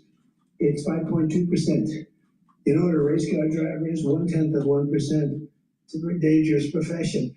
No, I'm number one on the kill list for Iran. The key figures on Iran's negotiation team lobbying threats, accusing the U.S. of breaking promises. Speaker of Parliament really considered the top negotiator, Mohammad Bashir Ghalibaf, threatening America with this. He wrote in part If you strike, you'll get hit. Don't flail around pointlessly or you'll sink even deeper. The Strait of Hormuz will only open with Iranian arrangements, not American threats. So the president's scheduled today after his early arrival back at the White House. He will have his intelligence briefing later this afternoon, guys. Thanks, Alex. Appreciate it. This just goes to show how determined they are to control the strait, because it's really about controlling the strait. That's all they have. And that's all they have. But they're also able to sell the oil at market prices. They're also in a process within 60 days of beginning to unfreeze their funds. But they are focused because the new nuclear weapon is that strait. That's going to be a source of revenue for them and a way to choke off any adversary next time if there's some type of conflict or turbulence with Iran. They'll say, okay, I'm going to shut it down again and see how you're going to get your natural gas and see how you're going to get your oil products. So they are determined to do this, even if it costs them their legitimate oil revenue, even if it costs them lifting up the sanctions. So we're going to have to, this is where it's heading. We're going to have to take back the strait. We're going to have to establish lines where the drones are able to shoot and hit a ship. We got to push them back to the point where those drones aren't able to hit. Or we're going to have to be able to knock that down in order to get merchant commercial vessels to go through there and insurers to insure vessels to go through there. I agree with you, Brian, that we got to take it over, and we have to send the message that they can't no longer use this as a tool for political pressure. Not real pressure, but just political pressure. It's not a military pressure. It's to engage politically against the president domestically. But the international community, they have to step in because they actually need the strip. They actually need the oil to go like we don't, even though it's a global market. So they have to back us up publicly and militarily if we decide to do that.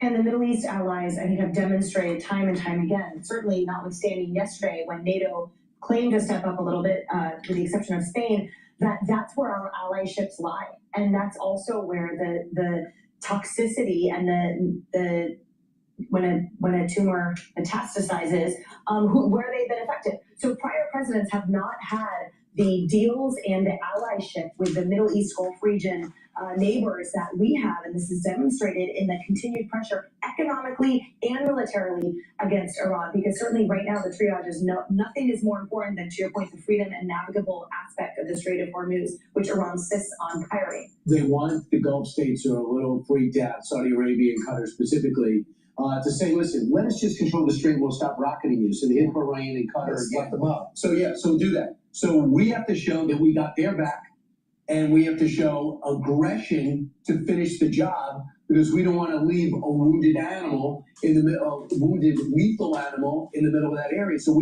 I backed up and said, here's a ceasefire. The MOU was not good, but it was to get us to talks and settle the price of oil down.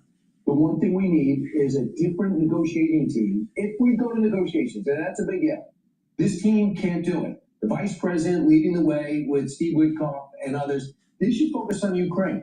Have a different team go in there, and we should demand different people. The foreign minister's a waste of time, and the speaker's a waste of time. The IRGC's calling the shots, so why are we pretending to talk to the other guys? Talk to the people that make the decisions, in knowing ahead of time that they're not to be trusted. Maybe our answer is, once and for all, take the strait, hold the strait, and then we show the rest of the world that we can control the oil prices because we're controlling the strait.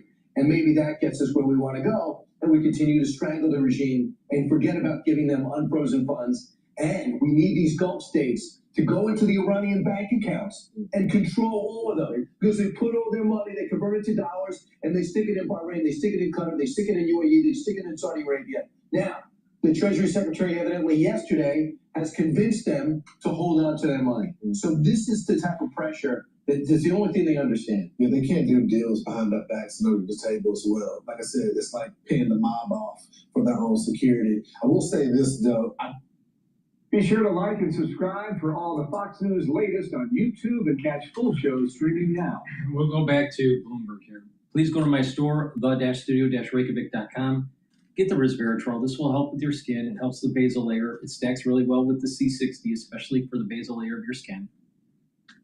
Resveratrol will help with youthful gene expression, get rid of cells that are in senescence. Your tissues will become younger, and resveratrol helps to soak up free radicals and helps the health of your mitochondria so you have more energy.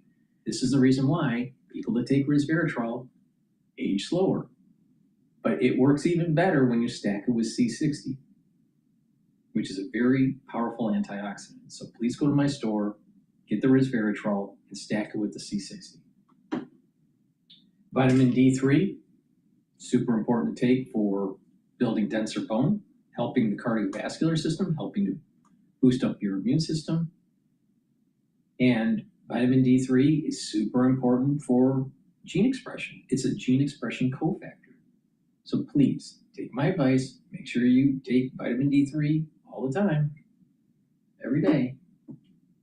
And lastly, Goodnight Formula has tryptophan, melatonin, GABA, and passion flower. It helps you to get into 3 to 5 cycles of REM sleep and deep sleep each night.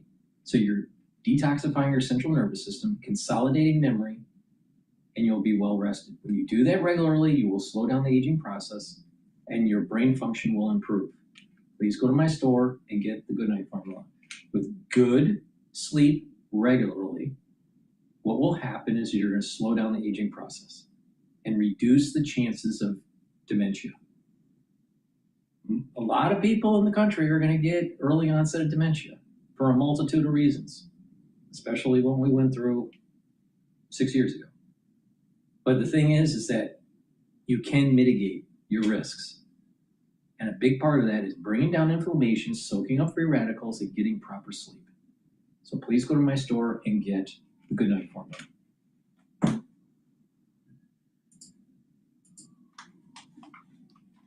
Goals for 2027, 2028. You know, if we recall, when Brian Nickel came in as CEO in 2024, he actually pulled guidance, basically just like totally resets. And we actually have seen that the plan that he has implemented, generally speaking, has started to yield results. Their sales growth has picked back up, and he has really focused on things like customer service, on just having products that people really want to buy, and they've also started to remodel stores. So basically, the tech is sort of the backdrop to all of this, right? Like a lot of the tools they use are just things that are behind the scenes to help them manage the business. All right, Daniela, thank you so much for joining us. Daniela Sitpuri, restaurants reporter for Bloomberg News. I've noticed that my Starbucks, Route 35 in Wall Township, New Jersey, they updated the decor. So they do a refurbishment, some new furniture. Going back to some little things like writing, put a happy face on your cup or something. Oh yeah, that really makes sense. Yeah. In addition to the sticker, which makes it, I'm sure the sticker makes it much more efficient and people aren't getting their own drinks. I was actually at one recently at an airport, and they have, of course, a bunch of new, different kind of crafty type of coffees. Didn't really feel like coffee, but they have also like protein kind of options, which like I didn't get that one, but it's fine. Yeah, I just keep the first Starbucks I went to was waiting to go and see Janice Funds in Denver, Colorado. Really? This is 25 years ago. I walked in there and had no idea what I was doing. No idea how to order, what are the sizes, what are the things. I mean, not with you. But I had time to get now. I'm a pro. S&P up 35 points, the Dow's up 90 points, and the NASDAQ up 160 points. This is Bloomberg. Good morning. Now, we wouldn't have a show without playing Cash Jordan because we need to understand how New York City is falling apart. So I think it's time to play Cash Jordan. Mamdani thought homes should be free until 370,000 lost everything. So Mamdani got elected to fix New York's housing affordability problems, but it's only gotten worse since he took office. New numbers show the median Manhattan rent has hit a new record high at just over $5,000 a month. So after freezing rents for 2 million apartments, New York's mayor has declared the city affordable, but $5,000 rents, that's not affordable. Instead, these skyrocketing costs are the obvious result of an ever-decreasing housing supply triggered by laws that guarantee people locked in rents forever unless they move out. So they don't. And since this stops landlords from making money doing what they do for a living, nobody wants to build in New York anymore, creating a nightmare the communists never anticipated. Of course this failed. You're doubling down on stupid. More regulation, more government control has never, ever led to lower prices. And we're so excited that the Rent Guidelines Board decided to freeze the rent not just for 1 year, but for the first time in New York City history for 2 years. I cannot tell you what this means to senior citizens. We're on a fixed income. The prices of everything has gone up. What the mayor doesn't say is that these buildings will soon turn into ghettos and slums, and that everybody will continue leaving New York. They are putting rent controls in place and capping the ability of private owners to charge a certain amount. However, they are requiring them to modernize and upgrade the apartments. And so what has happened in New York is that these property owners are saying, we're not going to upgrade the apartment, we're not going to fill it, we'll take the tax write-off. And as this spreads throughout the country, very much like an uncontrollable form of cancer, the country itself will be taken down.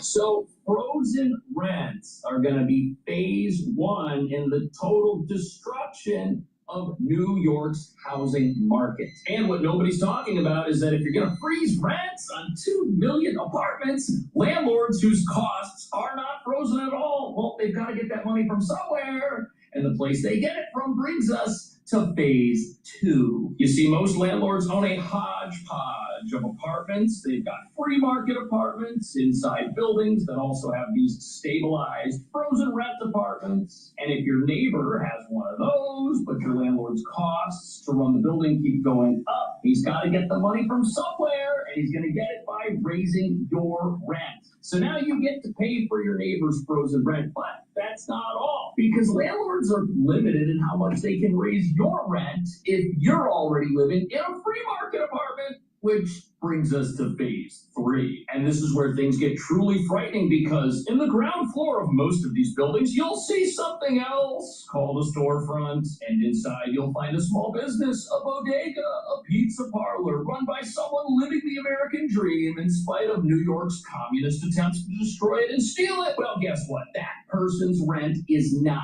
frozen either, which means it's going to go up in order to subsidize the 2 million apartments that now have their rates locked in forever. And that brings us to the real reason New York is about to experience the worst affordability disaster in American history. The prices you pay for your apartment, those might be set in stone, but when you go to the grocery store, when you buy anything, when you do anything, all of those costs are about to go through the roof. And that explains why in New York you see a tale of two cities all falling apart at the exact same time. You've got millions of people walking the streets, yet there are empty storefronts everywhere because the businesses inside couldn't afford to stay, which makes no sense. You'd think with all this foot traffic there should be a thriving economy, but we don't have that at all in New York. We've got an economy that is imploding in real time. Nobody can afford anything, nobody can run anything, and the free grocery stores that cost $30 million each to build, those aren't going to help either. But in spite of all this, the mayor is out there celebrating the poverty everyone in New York is about to experience, except for him. Watch. I wanted to come and bring everybody a happy rent freeze day. I know it's not yet 9 o'clock. Might be a little early for pay. We don't care. Happy rent freeze. Happy rent freeze. Really? You don't know what that Yes, means? that's right. So Especially when you're on a fixed state, so you know I was getting out of bed to see you this morning.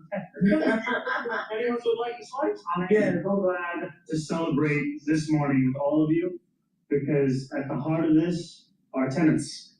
And you all have helped to build this city. You've given stability to this city. It's time the city brings some stability to you. And we're so... But how's that going to happen? How is there going to be stability just because people have frozen rent? The costs associated with running these buildings, those haven't been frozen. We're literally watching the communists try to have their cake and eat it too, and as you're about to see, it's just not going to work. It's already not working. You've got people here overjoyed at the idea that they won't have to write an extra rent check for increases that in the past have been 1 to 2% of what they pay on an annual basis, which is already a bargain deal. Now, yes, if you're on a fixed income, every dollar counts, absolutely, but when those dollars come out of your grocery budget instead of your rent budget, who's better off? Absolutely nobody. So there's not going to be stability. People are going to experience more instability. And if that grocery store that you were shopping at down the street just shut down because it's closed, it can't afford to operate, now you got to travel further to feed yourself. And the crazy thing about this is anyone with any experience running a building in New York City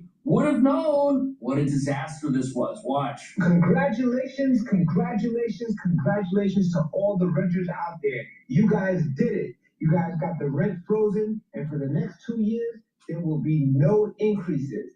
Perfect. Now, that doesn't mean that the expenses have gone down. That doesn't mean that taxes, insurance, water, energy, labor, none of that went down. So I'm not sure if we were struggling to make the numbers before, I'm not sure how we're going to fix that boiler, how we're going to provide you hot water, fix that broken elevator. So your rent might be frozen, but you too might be frozen because the landlord can't afford to heat your building anymore in the wintertime or give you enough hot water. The costs to run these places, those go up every single year. Also, if your landlord happens to be a millionaire, the mayor has already said they're not paying their fair share, so their personal taxes are going to go up. Guess where they're going to get the money to pay those? And the worst part about this is whether you live in a free market apartment where the landlord can charge anything, or you live in one of these stabilized frozen rent apartments, in a lot of buildings, the property owner is required to pay for the hot water, the cold water, and the heat, no matter how much of it you use. And since the city delivers some of these utilities, let's just say that they haven't frozen those costs either. Check this out. On July 1st, New York City will raise water and sewer rates another 6%. All right, 6% may not sound too crazy, but here's why it's a problem. This isn't the first or second increase. In fact, this is the 6th straight increase in 5 years. Last year's increase was 8.5%, and in just a few weeks, another 6%. In the past 5 years alone, New York City's water and sewer rates will have increased 35%. Wow. The building didn't get any bigger. Tenants aren't using 35% more water. The bill just keeps going up. Water isn't the only cost increasing. Property taxes, labor, insurance, utilities. This is what financial distress looks like. And here's the problem that nobody's talking about. When rents weren't frozen on these 2 million rent-regulated apartments that the mayor can have a rent freeze happen in, the increases that these landlords were getting, they were getting 1 to 2% a year anyways, which didn't even cover the costs that were rising beneath them. And now those increases are a flat zero for the next 2 years, which just makes the whole thing worse. But now the irony is the same mayor that is freezing rents because landlords are greedy is then jacking up the costs to operate those buildings through the city's own water utility that these landlords have to pay for. They have to pay for the person who pays 0 rent increases over the next 2 years, use all the water they want. There's nothing they can do about it. And when buildings fall down and rents go up because there are now less apartments, people are going to complain that the affordability situation here isn't any better at all. But predictably, the socialism never works. It never works, and this is why I keep on saying that conservatives need to push back and promote the idea of the Enlightenment in capitalism. I'm talking about capitalism. Please go to my store, the-studio-reykjavik.com, and get the Myotrol. This Myotrol has the polyphenols, flavonoids, and lignans to help with the gene expression to build muscle and to maintain muscle. If you're 40 years of age or older, male or female, you can't build muscle as easily as when you were younger. Why? Because of the methylation of your genes. As you get older, your genes start to methylate and start to express differently. The expression starts to go down for certain genes, especially musculature. So take the Myotrol. This will help with the gene expression to build muscle. Make sure you do some resistance training. It also helps the health of your mitochondria, so you're going to have more ATP to maintain that muscle. and take the myotrol every day. And what you'll notice is that you'll have the proper musculature that you need. Now, if you're an athlete, younger or older, you can get strength gains by taking the myotrol also. But here's a trick. You can also stack it with the Gladiator Barley, right? If you're an athlete or if you want to build muscle more efficiently, take the Gladiator Barley because it has the building blocks to build the muscle. Myotrol has the supplements that you need for gene expression to build muscle. So you have to have both. You need to express the genes to build muscle and the basic building blocks to help build that muscle. So if you're an athlete, you will speed up the process of building up that muscle by taking the Gladiator Barley and stacking it with the myotrol. Now, if you're not an athlete and you're just older and you want to build muscle more efficiently, take the Gladiator Barley and take the myotrol and do some resistance training. You don't have to look like Arnold Schwarzenegger, but just lift some weights 3 times a week and you will get healthier. In addition, when you build muscle, you're helping brain function. Why? Because you're going to increase your myokine concentrations and BDNF, which are neuroprotective. Now, Gladiator Barley also helps to detoxify your body, bring down some inflammation, and soaks up free radicals. You'll be able to recover quicker from a workout, but it'll also help with your immune system and your endocrine system, your cardiovascular health and brain function by soaking up those free radicals and bringing down that inflammation. Now, heirloom barley is very similar to Gladiator Barley. It detoxifies your body, brings down inflammation, soaks up free radicals. So it's going to help with your immune system and your endocrine system and all these other systems that I've been talking about. But it doesn't focus on building muscle. So depending on if you want to focus on building muscle or not, depends on if you want the Gladiator Barley or the heirloom barley. But make sure you take it every day because the barley will help to bring down that inflammation, soak up those free radicals, and detoxify your body. When you do this regularly, what will happen is you're going to have more vitality and you're going to slow down the aging process. Please go to my store, the-studio-reykjavik.com, use discount 5.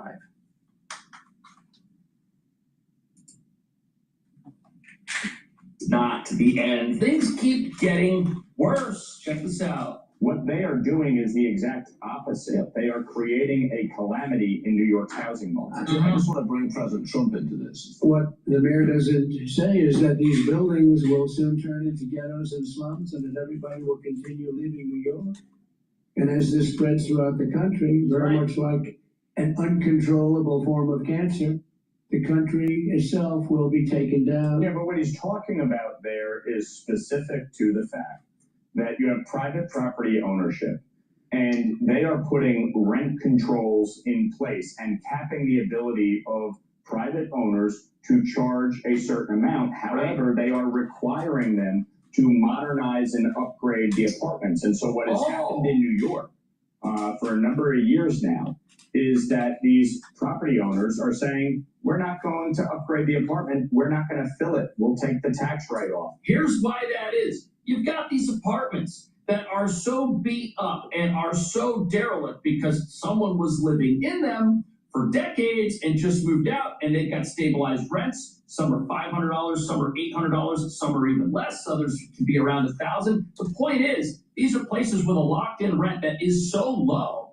If the landlord wants to rent the place out, they legally can't do it unless they pour hundreds of thousands of dollars into an apartment that will never earn hundreds of thousands of dollars. And there is no way around this. You can't take an apartment that requires $100,000 worth of work and tell the renter, hey, I'll rent it to you, but you have to go and pay for all the work yourself. That's not legal. That will get the landlord in a lot of trouble. They could even pay massive fines. There could be terrible repercussions. There is literally no way around this. There's no wiggle room, so these places just sit empty. And our friend Spencer Pratt in Los Angeles, he makes a great analogy here. He says, what if you were to take the frozen rent going on with apartments in New York and apply that to some other industry? And he gives the example here of hamburgers. Well, if hamburgers become a human right just like apartments, and let's say you cap the price at $4. Well, if you can't charge more than $4 to a hamburger, what type of hamburger do you think you're going to be getting if the costs to produce those hamburgers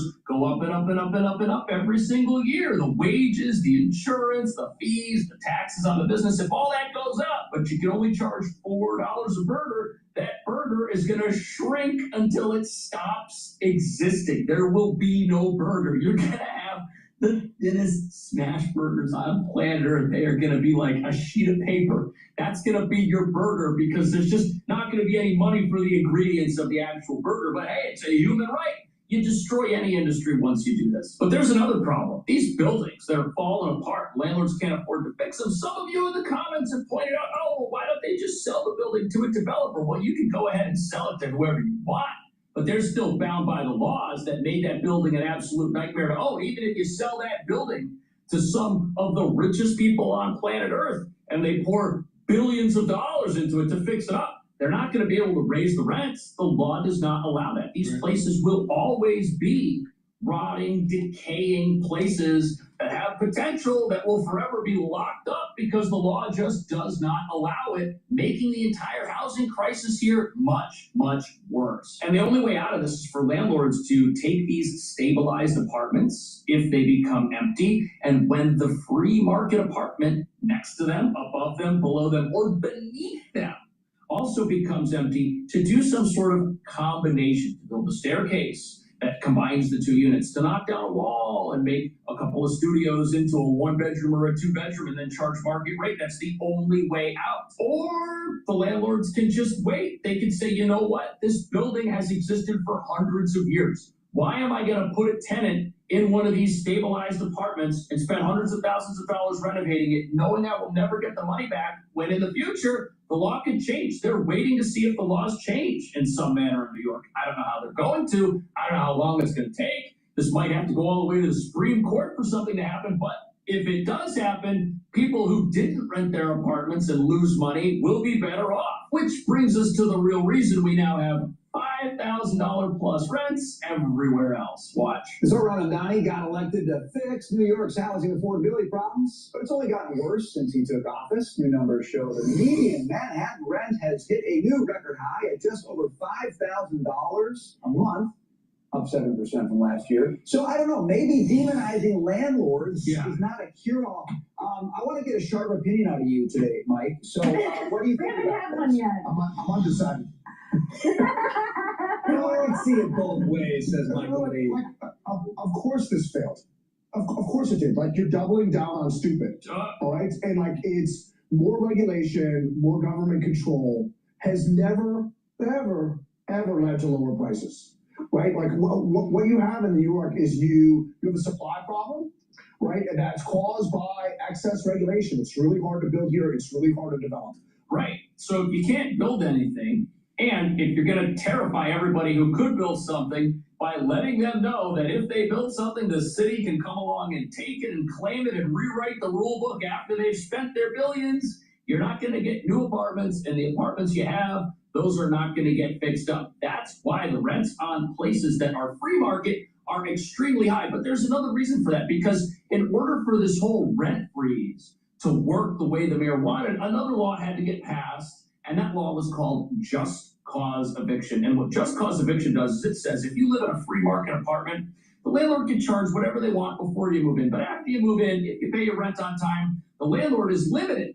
In the free market apartments, they can only charge you a maximum of 10% increase on whatever your rent is, or 5% plus inflation, whatever happens to be lower. So even in the free market apartments, the rents are limited. Now, what does that do? That means that if you're a landlord and you have a free market apartment, you've got to do some math in your head. You've got to say, well, my average tenant stays for how long? 3 years, 4 years? Well, okay, if I need a certain amount of money every single month to break even after 4 years of having a tenant, I better jack up my rent to a certain level right now. So this has pushed rents up in advance, because once a person moves in, the rent increases are capped. And if rents are rising at, say, 15% on the open market, but once people move in, they're getting, 5, 7, 10% increases. The landlords have to play that game and raise rents even higher than they would if we were in a free market. Because if they don't do that, after just a couple of years, they're going to be underwater on their free market units. This is a total disaster. But there's another problem to all of this, because there's people who just had their rent frozen and they just ate cake with the mayor and celebrated and talked about how great and how wonderful and how awesome this was. But what about the people paying $5,000 a month? Where's their rent freeze? Why are they paying so much to live somewhere? Pretty soon, the people that live in those apartments, they're going to be like, hey, Mayor Mamdani, why don't you help us out? Where's our frozen rent? Where's the help you promised us? We're not getting any help. We can't afford to live here. Some people can, and that's not fair. Help us out. And the mayor's going to be all too happy to freeze their rents as well. If you think for a second that frozen rent was just going to affect this little pocket of 2 million apartments over here, it's going to affect every apartment at some point, because everybody here wants communism to rescue them from the problems communism is causing. And that's just going to make everything here worse. But what if New York has a different mayor? Will things change? Listen, I'll say this about Mamdani. He has pretty much said what he wanted to do. Like, if you listen to what he said before he's elected, I want to get as many socialists, communists elected, and take over. And that's what he's doing. It doesn't matter whether you hate ugly colonizing women. It doesn't matter if you founded a group at Columbia with the express point of overthrowing Western society. Right. You get elected. So I think scary is a fair word right now. Sometimes I like to live in my head like, oh, the politics won't hit the everyday street, but it's crazy what's going on right now, and I don't know how you can't be scared. Well, what would you do about it? I mean, there's going to be a lot of money thrown around. This city is the financial capital of the world. He's talking about seizing property. They're talking about capping net worth. Would you ever step up and do anything about that? So I've always thought I would never get involved in politics. I think you can do more in the private sector. This and what is going on has actually made me pause that thought. I was saying to you, that old Plato quote, if you don't do your public service and run for office, you're doomed to be run by basically dummies. Right. And right now, I feel like that's what's happening. Now, not everyone's getting out to vote. I think what the Democrats have done is they've let the fox into the henhouse. Right. And now he's just running rampant and carrying them all out. Right. So it's a scary time. We need leaders to step up. Is Dave Portnoy gonna step up? He sounds incredibly reasonable as a business owner who doesn't want to see communism take over America. That's got to be your platform. That's it. Just, hey, don't take away private property from people. Don't steal from those who work hard. Bring back police. Bring back jails. Bring back jumpsuits. I mean, you can have a simple message of common sense and stand a real chance of getting elected, even in a place like Los Angeles, where Spencer Pratt did really well, or in New York City. Could somebody who's not Mayor Mamdani win in New York? Will he be a two-term mayor? Will there be any apartments left? Let me know. I'll see you in the next video. This is what happens when there's socialism. Please go to my store, the-studio-reykjavik.com, and get the Max 35 or Cleanse. Take it every day, teaspoon, swish it in your mouth, gargle about 20 seconds or so, and then swallow.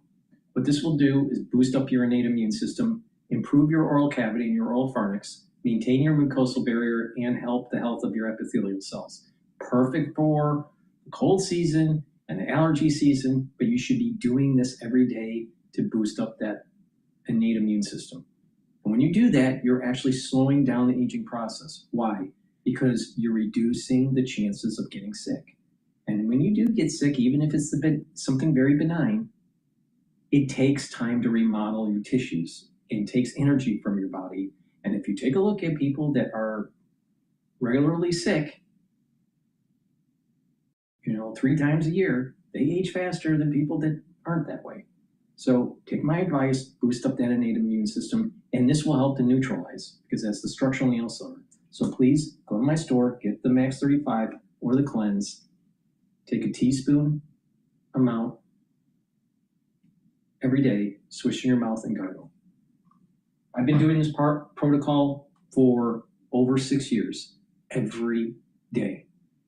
Now I'm in my mid-50s, so if you just take my advice, you're going to be able to slow down this aging process and get healthy.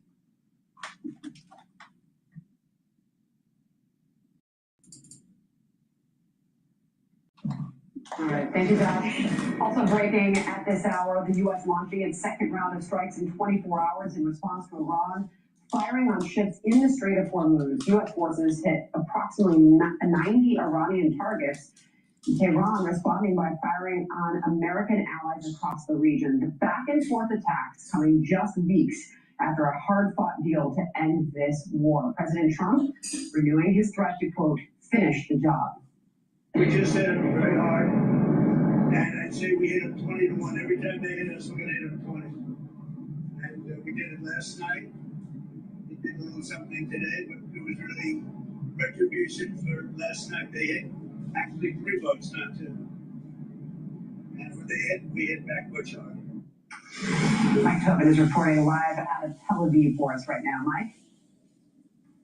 And Chandra, Iran has been firing at its neighbors for the first time in this round of fighting. Hostile aircraft have entered Jordanian airspace. The Jordanians say they shot down some 8 missiles. U.S. Embassy staff there was ordered to shelter in place. No injuries. The U.S. hit multiple targets, including bridges on rail lines that the U.S. says were used by Iran to transport weapons. Those were hit. U.S. Central Command says some 90 different targets were taken out in Iran last night. 80 were hit the night before. Now, Iranian state media reported explosions in southern port cities. Explosions in Bashir, home to that massive nuclear power plant complex. The U.S. says the targets were on the coast. The power plant was not hit.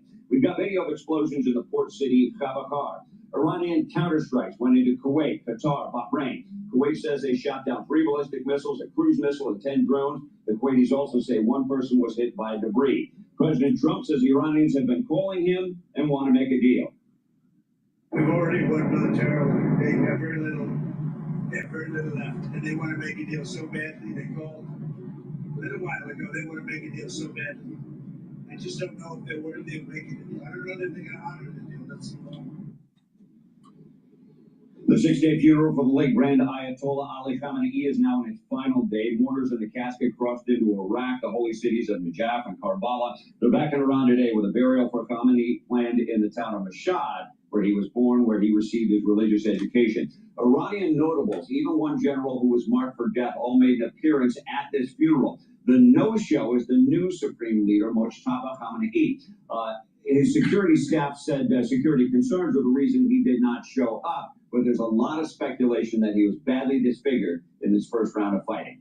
Sandra, back to you. Got it. Mike Tobin with the update out of Tel Aviv for us. Mike, thank you. Sandra, over here on the board, we'll show you what we can here on the maps for what's happened this week. All right, you go back to Monday and Tuesday, July 6th and 7th. There were 3 different ships, 3 different vessels that were passing along this Oman coastline here, okay? And 3 of those were targeted by the Iranians, and that's what helped precipitate the U.S. response. So 2 nights back to back. We'll show you in a moment what they were going after the U.S. military was. But if you look at this, the U.S. strikes in July 7 and 8. And just looking at this map, this is the entire coastline, Persian Gulf, Strait of Hormuz. All these targets up to the border with Iraq have been now in the sights of the U.S. military. By the way, this is no small coastline. It's about 950 miles long. The comparable geography would be the coastline of California. That's how big of an area we're talking about.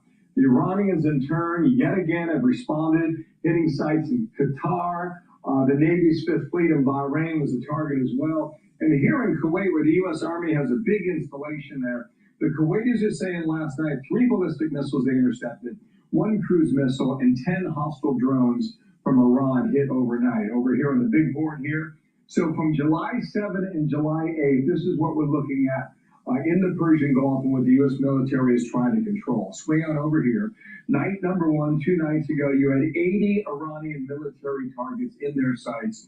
They include coastal radar sites that I showed you over there, some of these command and control networks and the anti-ship missile capabilities. Then last night, we had about 90 Iranian military targets, included a bridge in northeastern Iran, but primarily the similar sites here now, air defense systems, coastal surveillance assets, and these naval capabilities. There have been dozens of these small Iranian boats that have been taken out just this week alone. I'm going to bring in Dan Hoffman to join Sandra and me. And sir, good morning to you. Are we back at war? Yeah, I think we are. Look, when Iran chose to strike those oil tankers transiting the Strait of Hormuz, that was a deliberate provocation. Iran had to have anticipated the United States response. And they did that because a state of war against the United States and against Israel and our Gulf allies, that's oxygen for this hardline IRGC regime in Iran. I think they also want to test the United States by driving up oil prices and disrupting trade, global trade, with an eye towards gaining some leverage in their interaction with the United States. I don't even know if we'll see negotiations as were planned before these strikes in Islamabad on 11 July. But Iran sees this as an opportunity, especially in advance of the midterms, to gain some leverage. You know, Dan, this is a post from the Institute of the Study of War late yesterday. Iran's behavior after the latest U.S. strikes indicates that the Iranian regime values control over the Strait more than avoiding renewed escalation with the United States. To your point about us needing to keep the Strait open and continuing to block Iran's oil exports, it seems to me what you're saying is this needs to be a continuous stop of any flow of money to Iran.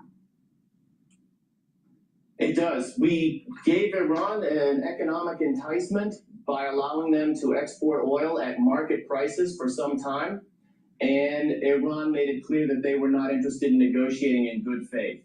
In fact, as successful as our kinetic strikes have been, we have not induced a change in the regime's behavior. Now, we changed the regime by launching decapitation strikes, and I'm sure that those potentially are on the table again, further decapitation strikes. If these guys don't want to negotiate, maybe the next round of leaders will.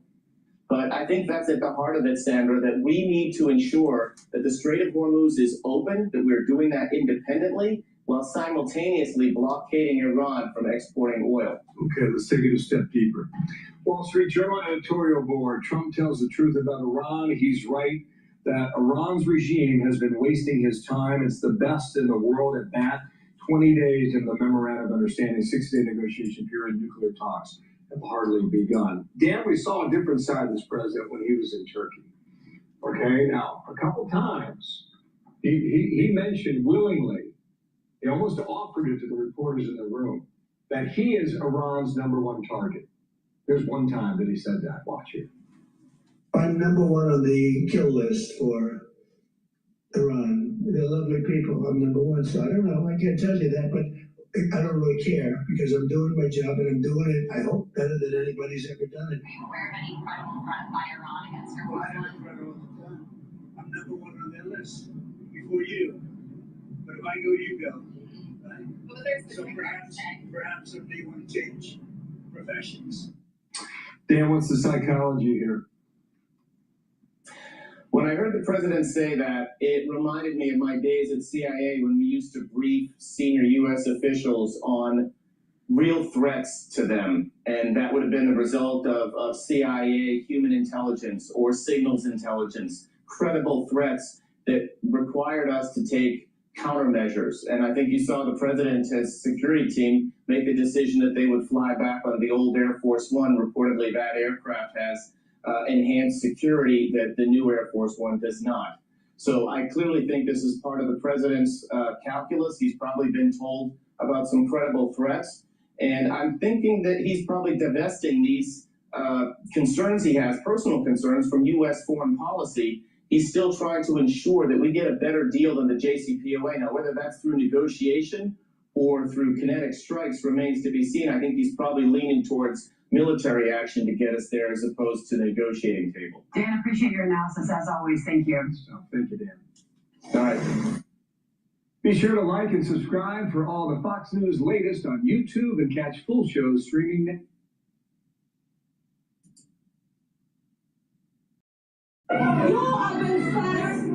Moments after impact, a family films the aftermath of an apparent strike on Bushehr in southern Iran. Later, a local official told state media that a U.S. projectile had struck around Bushehr nuclear power plant. Blasts were also documented here in the coastal city of Chabar, home to a strategic port. U.S. Central Command said it struck about 90 Iranian military targets, including air defense systems and naval capabilities. It's the second day in a row the United States has conducted airstrikes on Iran after President Donald Trump said he considered a ceasefire between the two countries to be over. We just hit them very hard. And I say we hit them 20 to 1. Every time they hit us, we're going to hit them 20. State media reported a strike on a railway bridge in Iran's northeastern Golestan province, and the Revolutionary Guard said 2 bridges were attacked on the route to Mashhad, hours before the late Ayatollah Ali Khamenei was due to be buried in the city. The Iranian Foreign Ministry said attacks on civilian infrastructure constituted a gross war crime. Meanwhile, the Islamic Republic said it targeted U.S. assets in Kuwait, Bahrain, and Qatar, the country's top negotiator sending a defiant message on social media. America has yet to learn that bullying and bad faith no longer come without a price. To be clear, you hit and you get hit back. Don't thrash about, you'll only sink deeper. The Strait of Hormuz will only be opened by Iranian arrangements, not by American threats. Tensions over the Strait of Hormuz are at the source of the latest escalation. Washington said Iran attacked ships trying to cross the waterway via Omani waters earlier this week, labeling it a breach of the Memorandum of Understanding the warring sides signed in June. Tehran, however, insists on controlling the strait and is threatening to hit vessels that deviate from its authorized route.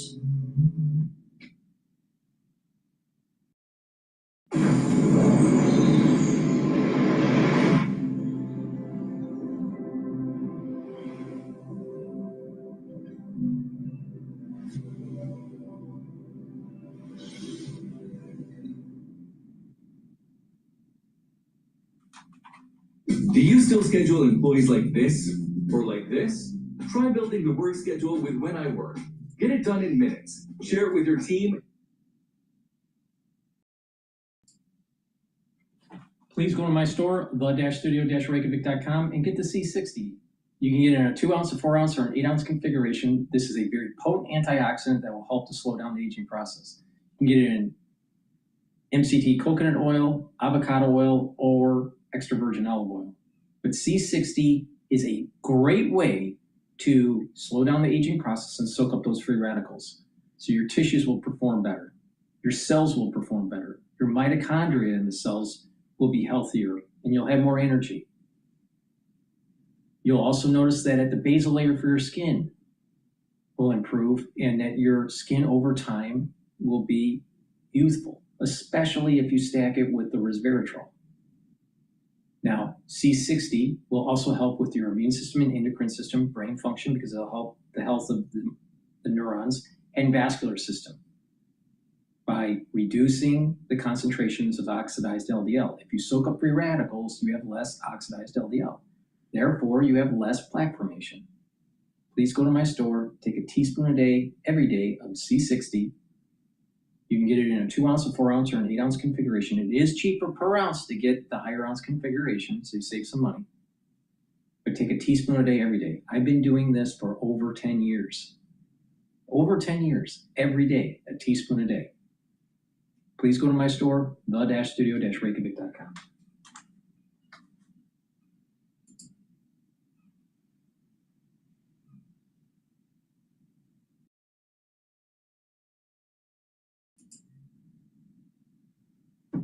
It's, a setback, because a few weeks ago, GETTR was already warning its customers that it could lift the force measure by August, September, and some of GETTR's priorities are going to be delayed. And what we're seeing is that there is still a sword of Damocles hanging over the economies of the Gulf states, and those kind of repeated cycles of conflict are going to damage the confidence for their customers and investors. Mrs. King just emailed in surveillance correction. Okay. I said Qatar, and it is Qatar. Like I Qatar. don't know. It's Qatar. All right. Qatar. Leslie's correct. Mrs. King's correct. I'm wrong. What a shock. So, Leslie, I know in a recent research note, you kind of lay out 3 scenarios for the war with Iran, and I'll summarize them. Comprehensive peace, back to war, and your scenario number 1, which is no war, no peace, which is kind of where we seem to be. If that's in fact the case, where we have ongoing discussions, ongoing skirmishes, what's that do to the global energy market? So it creates a lot of uncertainties, when you look at demand, supply, demand balances, and prices are going to remain volatile. we've seen already, for gas, LNG, gas prices, JKM, TTF going back up yesterday and the day before with the series of attacks.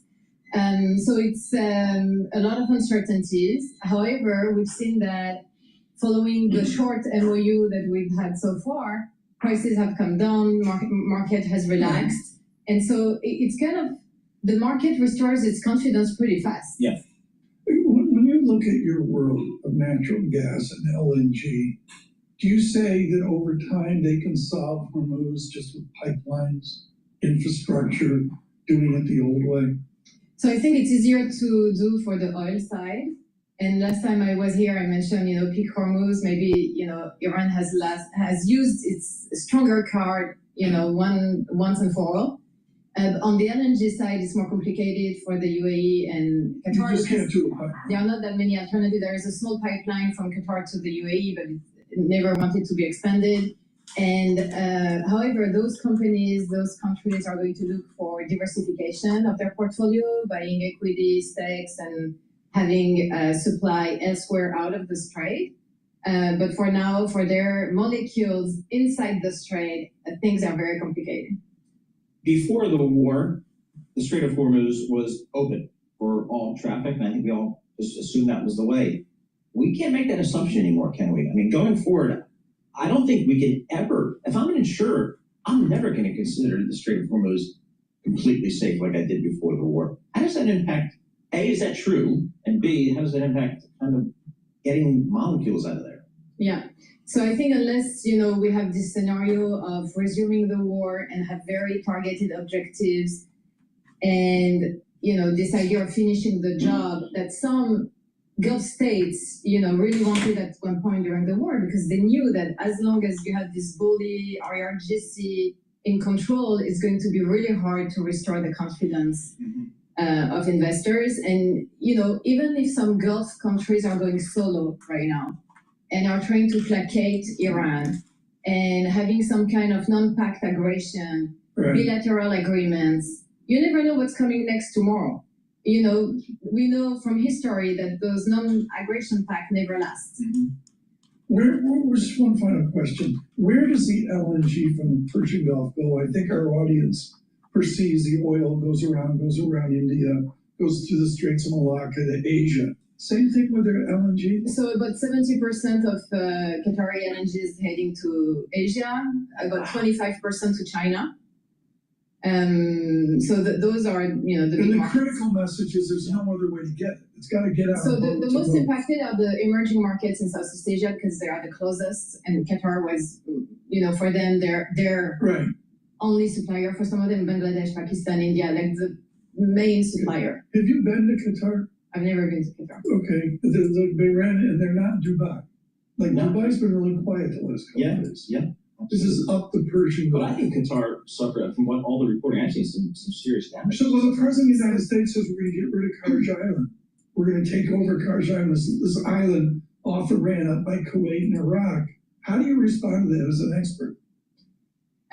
So, at one point when we were thinking about, this idea of finishing the job and the different targets that the U.S. military would go after, critically was to remove access of money, revenues to the IRGC. Because they are the one benefiting from the oil revenues. That's their pocket money, then they buy more weapons, and they continue this cycle of violence. So, this is one of the targets to really put an end to the money generation, cash machine for the IRGC. I'm Hidden Choi, the benefit of workday. Please go to my store, the-studio-reykjavik.com, and get the Boomer Boost. This has 68 nutrients. It has the minerals and the vitamins that you need daily to help to get healthy and to slow down the aging process. But you get a lot more from this than just minerals and vitamins. And it's going to target a multitude of systems. It's going to help with brain function, musculature, immune system, helps your endocrine system, revs up your metabolism, helps you to control your A1C levels. You're going to have a steady burn of energy throughout the day. You'll have more vitality. Your cardiovascular health will improve. This is a perfect supplement to take every day to slow down the aging process. And it will work even better when you stack it. You can stack it with the barley, either heirloom barley or gladiator barley. That's a very powerful stack. It adds to soaking up those free radicals and bringing down the inflammation, and you're detoxifying your body. Another way to stack this is to stack it with the C60, the turmeric, the ashwagandha lignans, the Max 35, the probiotics. And if you notice, what's the philosophy of slowing down the aging process? Bringing down inflammation, soaking up free radicals, and boosting up your energy levels. Why? Because when you get older, your energy levels go down, your immune system gets weaker, your endocrine system is disrupted, you start having tissues that aren't performing as well. And when you do that stack that I just mentioned, or stacks, because there's a lot of ways that you can do this, and you apply a holistic approach, proper diet and exercise, proper sleep, learn new things, have some spirituality in your life or mindfulness to get into parasympathetic mode. Drink filtered water, stay away from sugary foods and processed foods. And what you will notice is that you're slowing down the aging process and reducing the methylation of your genes. And when you do that, you will slowly have your body get back into shape and back into homeostasis, and you will be aging slower. Now, I'm in my mid-50s, and I've been doing this for a very long time, and I've been able to tweak it based on new things that have come to the market, and my understanding of geriatric medicine and my understanding of sports medicine. If you take my advice, it will work, but you have to do it. You can't just listen, you just can't, you got to do it.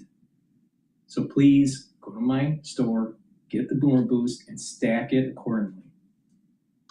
Another great supplement that I have to help with your skin, nails, hair, musculature, bone density, and joints is to take the collagen.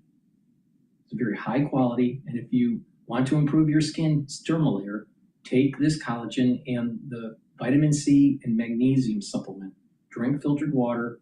That water and the vitamin C with the collagen will cross-link and improve your dermal layer. And you'll start to look younger. Now, if you do this protocol regularly, you will get further benefits of skincare. Use the structural nanosilver gel as a topical to improve the top of your skin. Use the collagen and the vitamin C with the filtered water to improve your dermal layer, and use the C60 and the resveratrol to improve your basal layer. And when you do that regularly, you'll notice that your skin's improving. Please go to my store, the-studio-reykjavik.com, and get the collagen. And again, this helps to also rebuild joints. For example, if you have arthritis or a sports injury. So it's dual purpose. Please go to my store, the-studio-reykjavik.com. Use discount 5, save some money.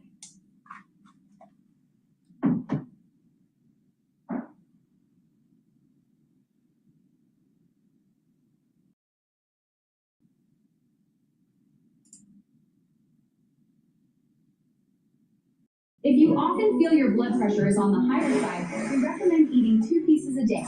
If you want to maintain your cardiovascular health, we suggest making it a...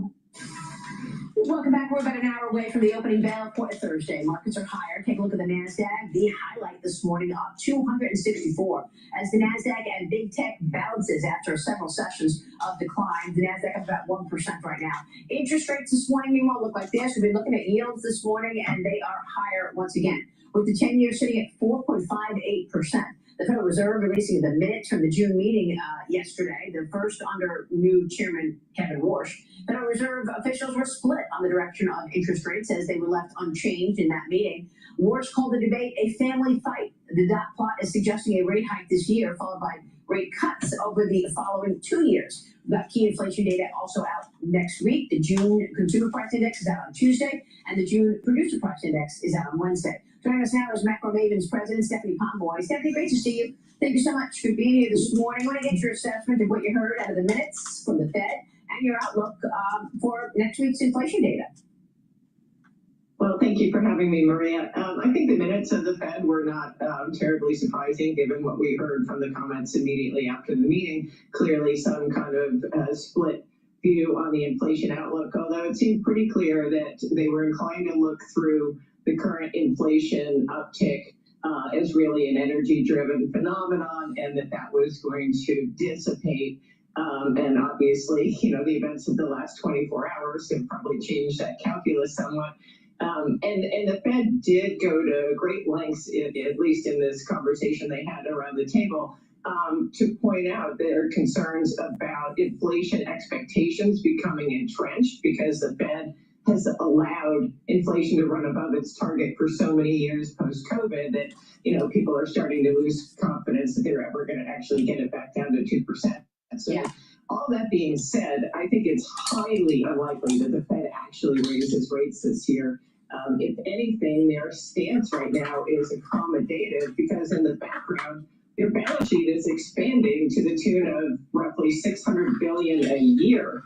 So they're doing QE, even though they're not calling it QE. So, you know, the notion that they would raise rates on one side and expand the balance sheet on the other is actually the exact inverse of what Kevin Warsh suggested he wanted to do, which was lower rates and shrink the balance sheet. So, all in all, I think probably Fed policy on the hold for the time being.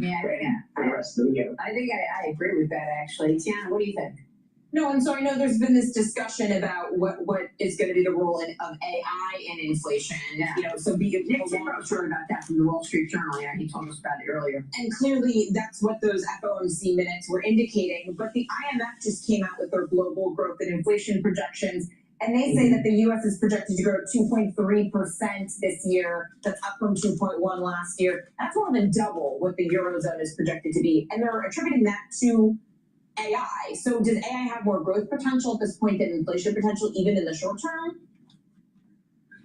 Well, it's an open question. I mean, I guess we'll find out during this earnings season whether we're actually beginning to reap the productivity benefits that AI has promised, you know, and I think analysts will be very carefully scrutinizing those earnings reports from the likes of Amazon, Meta, Google, et cetera, to see if they're actually slowing down those productivity benefits. But, you know, one presumes it would take a while for that to materialize, and that in the near term, the increase, you know, the stimulative aspect of CapEx to growth would be more inflationary. And in fact, next week, Maria, with the inflation numbers, the PPI is still expected to run, you know, 0.4%, which is a solid, you know, 4.8% annual rate. So the PPI is now running ahead of, that's input prices are running ahead of consumer prices, which reflects this demand for, you know, CapEx, materials related to CapEx, et cetera. Which I think is important to identify, because that means that the producers are eating the cost. And so far, they haven't passed it on to the consumer, because the CPI is not keeping up with the PPI. But let's get to the jobless claims. The data is just hitting the tape, and Cheryl Kasoni has it. Cheryl, that is better than expected. More signs that we've got a very stable, maybe strong jobs market. I think it's fair to say that 215,000 less than expected. The expectation was 218, continuing 1.814 million. The expectation was above that, 1.815 million. Also, the 4-week moving average is moving down. That is a positive. We're averaging about 92,000 jobs created each month, Maria. You know, on a broader story here, we had net losses last year for jobs. So again, you know, this low fire environment is what we're seeing. Again, these numbers back that up once again. And to your point with Stephanie about an accommodated Fed, employment is one of their two mandates at the Federal Reserve. And right now, the data looks fairly stable, Maria. You know, the Social Security Trust published a report noting that Social Security benefits will need to be reduced by 25% by 2029 as funds are being depleted.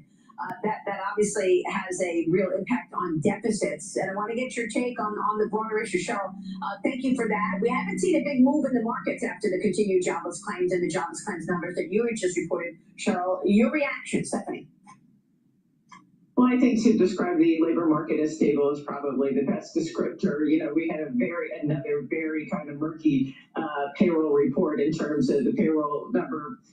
You know, not a little disappointing, but the real staggering number was the collapse in the household survey. And so those two surveys continue to send different messages. And what I will say, you know, while it's hard to get a firm grasp on what the actual job creation is, the quality of the jobs clearly leaves something to be desired, because we continue to see stress in terms of consumer credit quality. You know, that has not abated, which is actually a little disturbing given this run up in asset price, financial assets, but also the tax refund windfalls. So I think, you know, that's something to watch and be mindful that, you know, the employment numbers, we may be creating a decent quantity of jobs, but we've really got to start to scrutinize the quality of those jobs.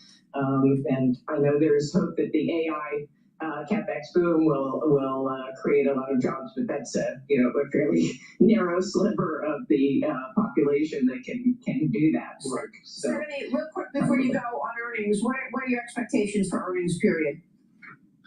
Well, I mean, this promises to be an incredibly strong earnings quarter, but really paced by two sectors, not surprisingly, tech and energy. I think tech earnings are supposed to be up 60+% in the quarter, spectacular, and energy up 120. You know, if you strip that away, the overall S&P earnings number is going to be around 11% growth for the quarter, which is still nothing to sneeze at.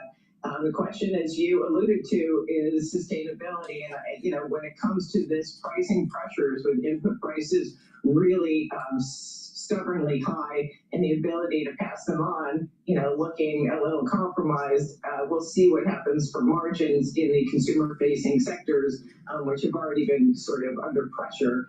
And to me, you know, ultimately this economy is driven by the consumer. Right. So we can sustain a CapEx boom only so far. Ultimately, you know, the consumer has to kick in. And as yet, I know everyone's excited about the numbers they see, but we've been living in a tax refund windfall period that's now over. So the shut up. Now that the refund season is over, and we'll watch this. That's the problem with these these money managers. I'm telling you. Never use a money manager. I don't care how wealthy you are.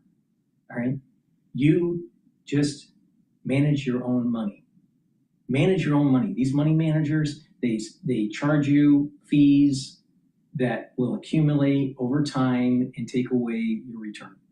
Totally a waste of time. All you got, if you want to be very passive, all you got to do is just put it in to an index fund and just let it sit.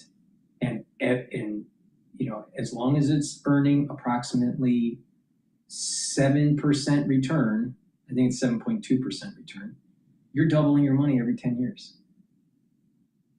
And then if you want to spice it up a little bit, then you start maybe a little bit more active type thing or targeted industries.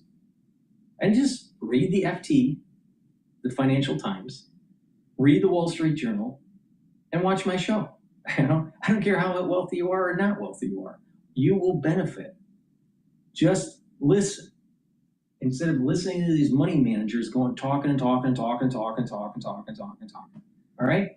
What do we have right now? The 10-year bond is at about 4.5%. The 5-year or the 30-year bond is at 5%. The Federal Reserve is on the fence. Should they be lowering rates because of jobs are not as plentiful? There's a low fire type situation that's going on, and a lot of people are moving to the U6 unemployment rate, while the U3 unemployment rate is relatively low at 4.2. So the Federal Reserve is thinking maybe they need to lower rates, but inflation is a problem. We're still living through the COVID inflation. And the mismanagement by the Federal Reserve by not realizing that inflation during the Biden administration wasn't transitory. We're still living through that. So they're on the fence. The Federal Reserve is on the fence. Should they raise rates or not? If they raise rates, well, that would strengthen the dollar, but it would also cause problems with the yields. It would raise the yield on the front end of the curve, and then over time, the yields on the back end would be going up. So the United States' ability to finance its debt will be harder because we'd have to be paying for more interest. So the 30-year might go to 5.25, maybe even 5.50. And the 10-year may approach 4.75. Maybe even inch to maybe 4.9. It's going to be a problem, especially when you're looking at the credit card debt that's out there in the United States and the loan debt, mortgages, all these problems. So the Federal Reserve is in a tight spot here. Then you add in structural problems that may be taking place with AI, with jobs. No one knows. We're not even in a recession. Can you imagine what will happen in a recession when it comes to the job market? So what's happening is all this inflation that's starting to be pumped in moves into the market, and the market climbs faster than the inflation rate. And this is the reason why rich people get richer and poor people get poorer. It's that simple. So instead of being a victim, just listen and you'll be able to make some money. Early in the session, I said short natural gas, did pretty damn well. I said long the S&P 500, and it's doing decently today, right now. Right now, the S&P 500 is at 7,531. I have a target of 7,800 to 8,000 by year end, and then we have to reassess. You might want to close it all out. I don't know.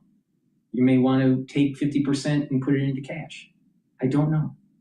Well, I think at the current trajectory of the economy and what's going on in the Middle East, it seems that we'll have a record year for the S&P 500. But after that, I don't know. I'm very concerned for a multitude of reasons. But we have to just reassess each day. Reassess each day. And there's a steady decline in oil. We're at $72 a barrel. We might break 72 and start trading at $71 a barrel. So all you got to do is just pay attention to the news. And you can benefit. You don't have to be paying these money managers a 1 or 2% fee of the assets that are being managed. It's ridiculous, totally ridiculous. And some wealth managers charge even more. Please go to my store, the-studio-reykjavik.com. Get the structural nail silver toothpaste. This will whiten your teeth, freshen your breath, bring down inflammation at the gum line, improve your gum line. Because of the structural nail silver, it's going to neutralize. This is really important to improve your oral cavity, but it works great during the cold season because it's neutralizing. It has no fluoride. It's the best toothpaste that you can get. Get a few tubes of this toothpaste for your household. Go to my store, the-studio-reykjavik.com. Use it every day. And with good oral hygiene, you're helping your cardiovascular system and your valves for your heart. A lot of people don't realize poor oral hygiene can lead to cardiovascular problems. Please go to my store, the-studio-reykjavik.com, and get structural nail silver toothpaste.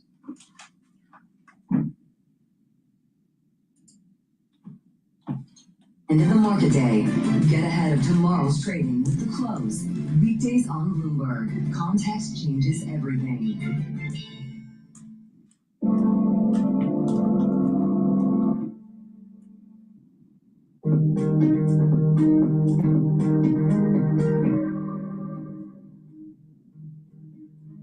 Singapore's state-owned investor Temasek is ramping up its exposure to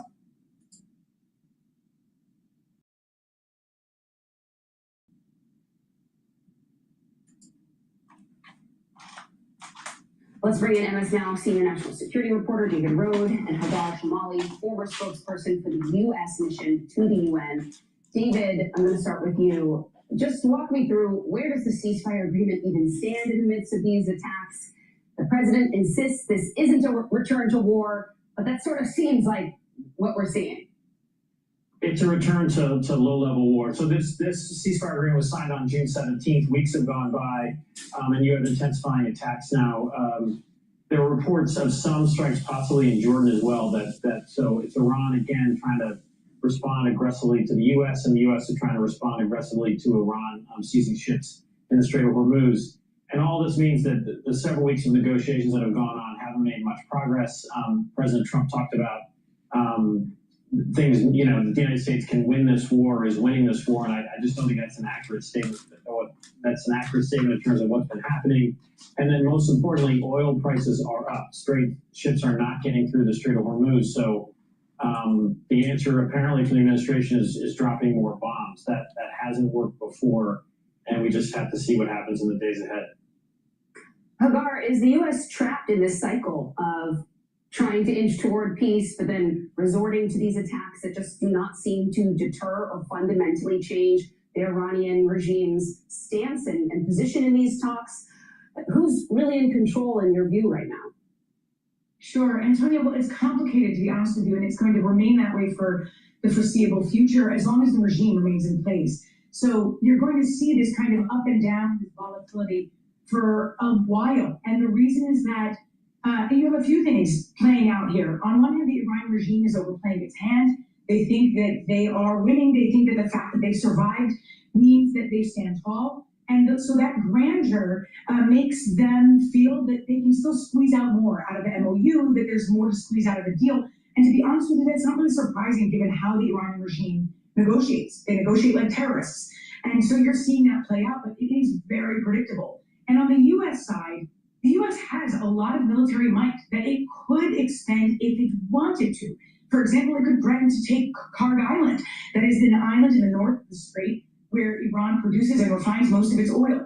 But they're not doing that, and I understand why. We've already expended a lot of U.S. national treasure. The war is not popular, and we have midterm elections coming up. So Trump and Iran both, by the way, have an interest in kind of kicking the can down the road, watching things go up and down for a while. Trump is obviously very motivated by gas prices. As David mentioned, gas prices have already gone up.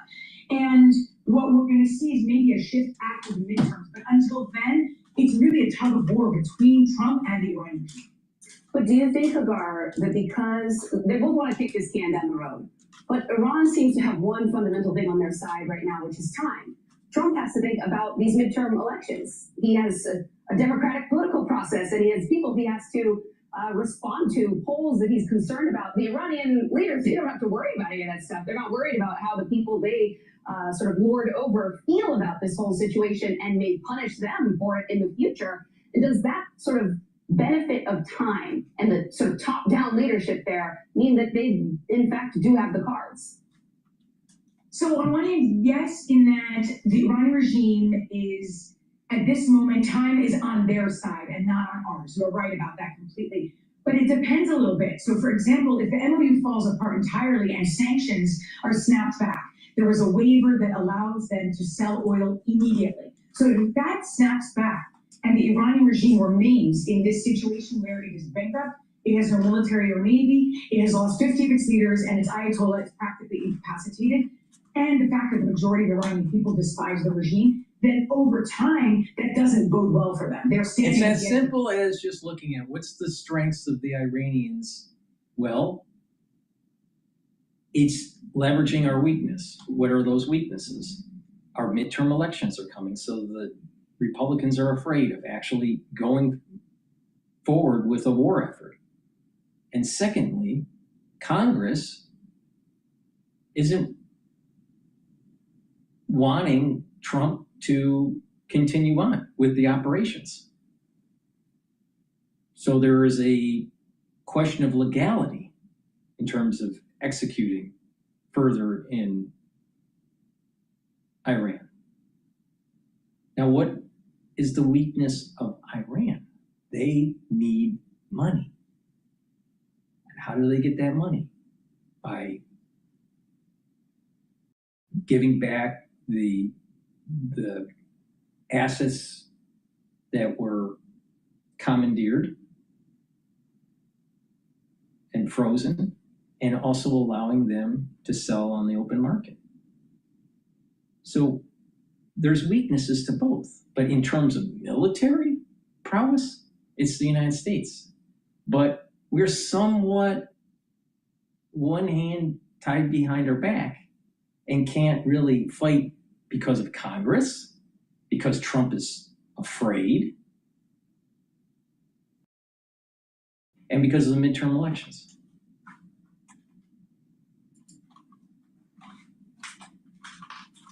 That doesn't mean it's very immediate, though. So I want to be very clear here that I'm not trying to say that the regime is on the precipice of falling.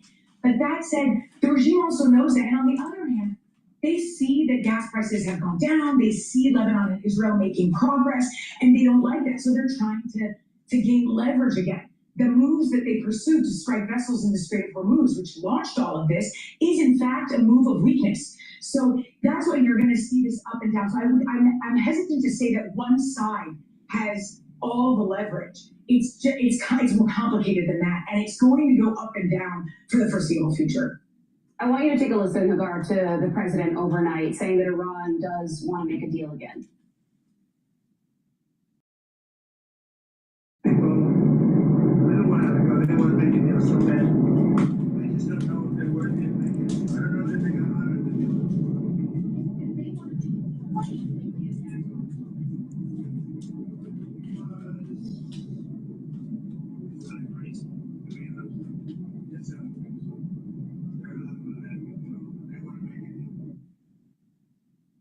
Do you believe that they called the president that they want to make a deal? No. It seems at this point like we've been in this cycle over and over and over again. That's right. Where this cycle is like Groundhog Day. No, I don't. But I mean, maybe they called them. I have no idea. But I do not believe that they want to make a deal at all. I think that they want to buy as much time as they can and survive Trump out in the hopes that the next American president is more lenient toward Iran. Because as you said earlier, time is on their side. And it allows them only to rebuild, rearm, re-strategize, repress their citizens even further. That's the biggest losers in this are the Iranian people, by the way. So no, this is why I've been saying throughout these many shows that Trump failed. Within that first 3 weeks, we should have gone much harder and leveled Tehran, took Karg Island, leveled the islands that are north of the strait, commandeer them, control the strait, and destroy the IRGC. And that would take boots on the ground. Trump had the chance to do it, and he failed. He thought that he was going to be able to negotiate, shoot bombs and negotiate. And the Iranians, they're too smart for that. You got to kill them. There's no other way. No other way. So he's kicked the can down the road for either real operations to take place after the midterms or another president having to solve the problem later down the road. And it's going to cost more, and they're going to be able to reconstitute. Stupid. Trump failed this whole Iranian thing. The whole war was a failure. But I don't think they actually want to deal. They might want to do something just to buy themselves time, but it won't take them very long to break that deal. And President Trump, by the way, seems to know that. David, on his way back from the NATO summit, President Trump flew to a U.S. base in the United Kingdom to swap out his Qatari Force One and to go back to the original plane, it seemed. And I want you to take a listen to him answering questions from reporters about this. Do you think there wasn't a security concern? Except we sent it a little early. Same line. We sent it a little bit early so that we could let them see the base, the whole base thing on. So, David, you've done some reporting around this. What was behind the switcheroo? Yeah, so along with our colleagues, with Carol Lenig and Priya Sridhar and Ken Delangian, we all heard versions of this was actually an issue with the security of the new plane. This is the Qatari jet that was gifted to the president by the ruler of Qatar. And the issue was that the Secret Service recommended that plane not be used. By the time President Trump took off from Turkey, U.S. airstrikes were beginning or going to begin. And the new plane apparently doesn't have the secure communication system that the old plane had. And it also doesn't have the sort of air defense systems that the old plane had. So that's why he took the old Air Force One, which the presidents have been using for years, back to the UK. And then once he landed in the UK, he switched from that onto the new Air Force One, the Qatari jet. But this is just an example of what experts warned us from the beginning, that this new plane was going to cost a lot of money to retrofit it, and that it also didn't have a lot of these systems that are in the existing Air Force Ones, and that, you know, it's a better looking, I guess, new plane, but this showed how important it is to have communications and mostly have the safety of the president when the U.S. is at war with Iran. Yeah, when this story broke about the prospect of the plane, this was basically the first thing that experts warned all of us at MS Now, David Rode and Hagar. The probability that them knocking out Air Force One is really small. I'm not too worried about it.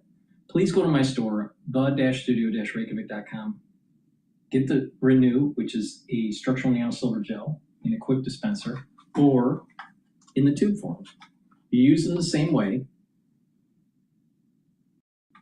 You can apply it on your skin daily. You can put it on a cut, an abrasion, or a minor burn to help heal it quicker. You can use it during the cold season and allergy season. Lightly coat your nostrils. It stays active for 5.5 hours, and it'll help to neutralize. Please go to my store, the-studio-reykjavik.com. Get the Renew or the structural nanosilver gel in the tube form. That's the end of my broadcast. Please share the links and ask your social media to follow me. I greatly appreciate it. And get the great products that I offer. And if you've been listening to me today, you would have made some money. You would have made money in longing the S&P 500 and shorting natural gas. And I stated this at the very beginning of the broadcast. So with that, thank you for listening and watching. I do live streams on Rumble, YouTube, and on my website, the-studio-reykjavik.com. Thank you for listening, and have a nice day.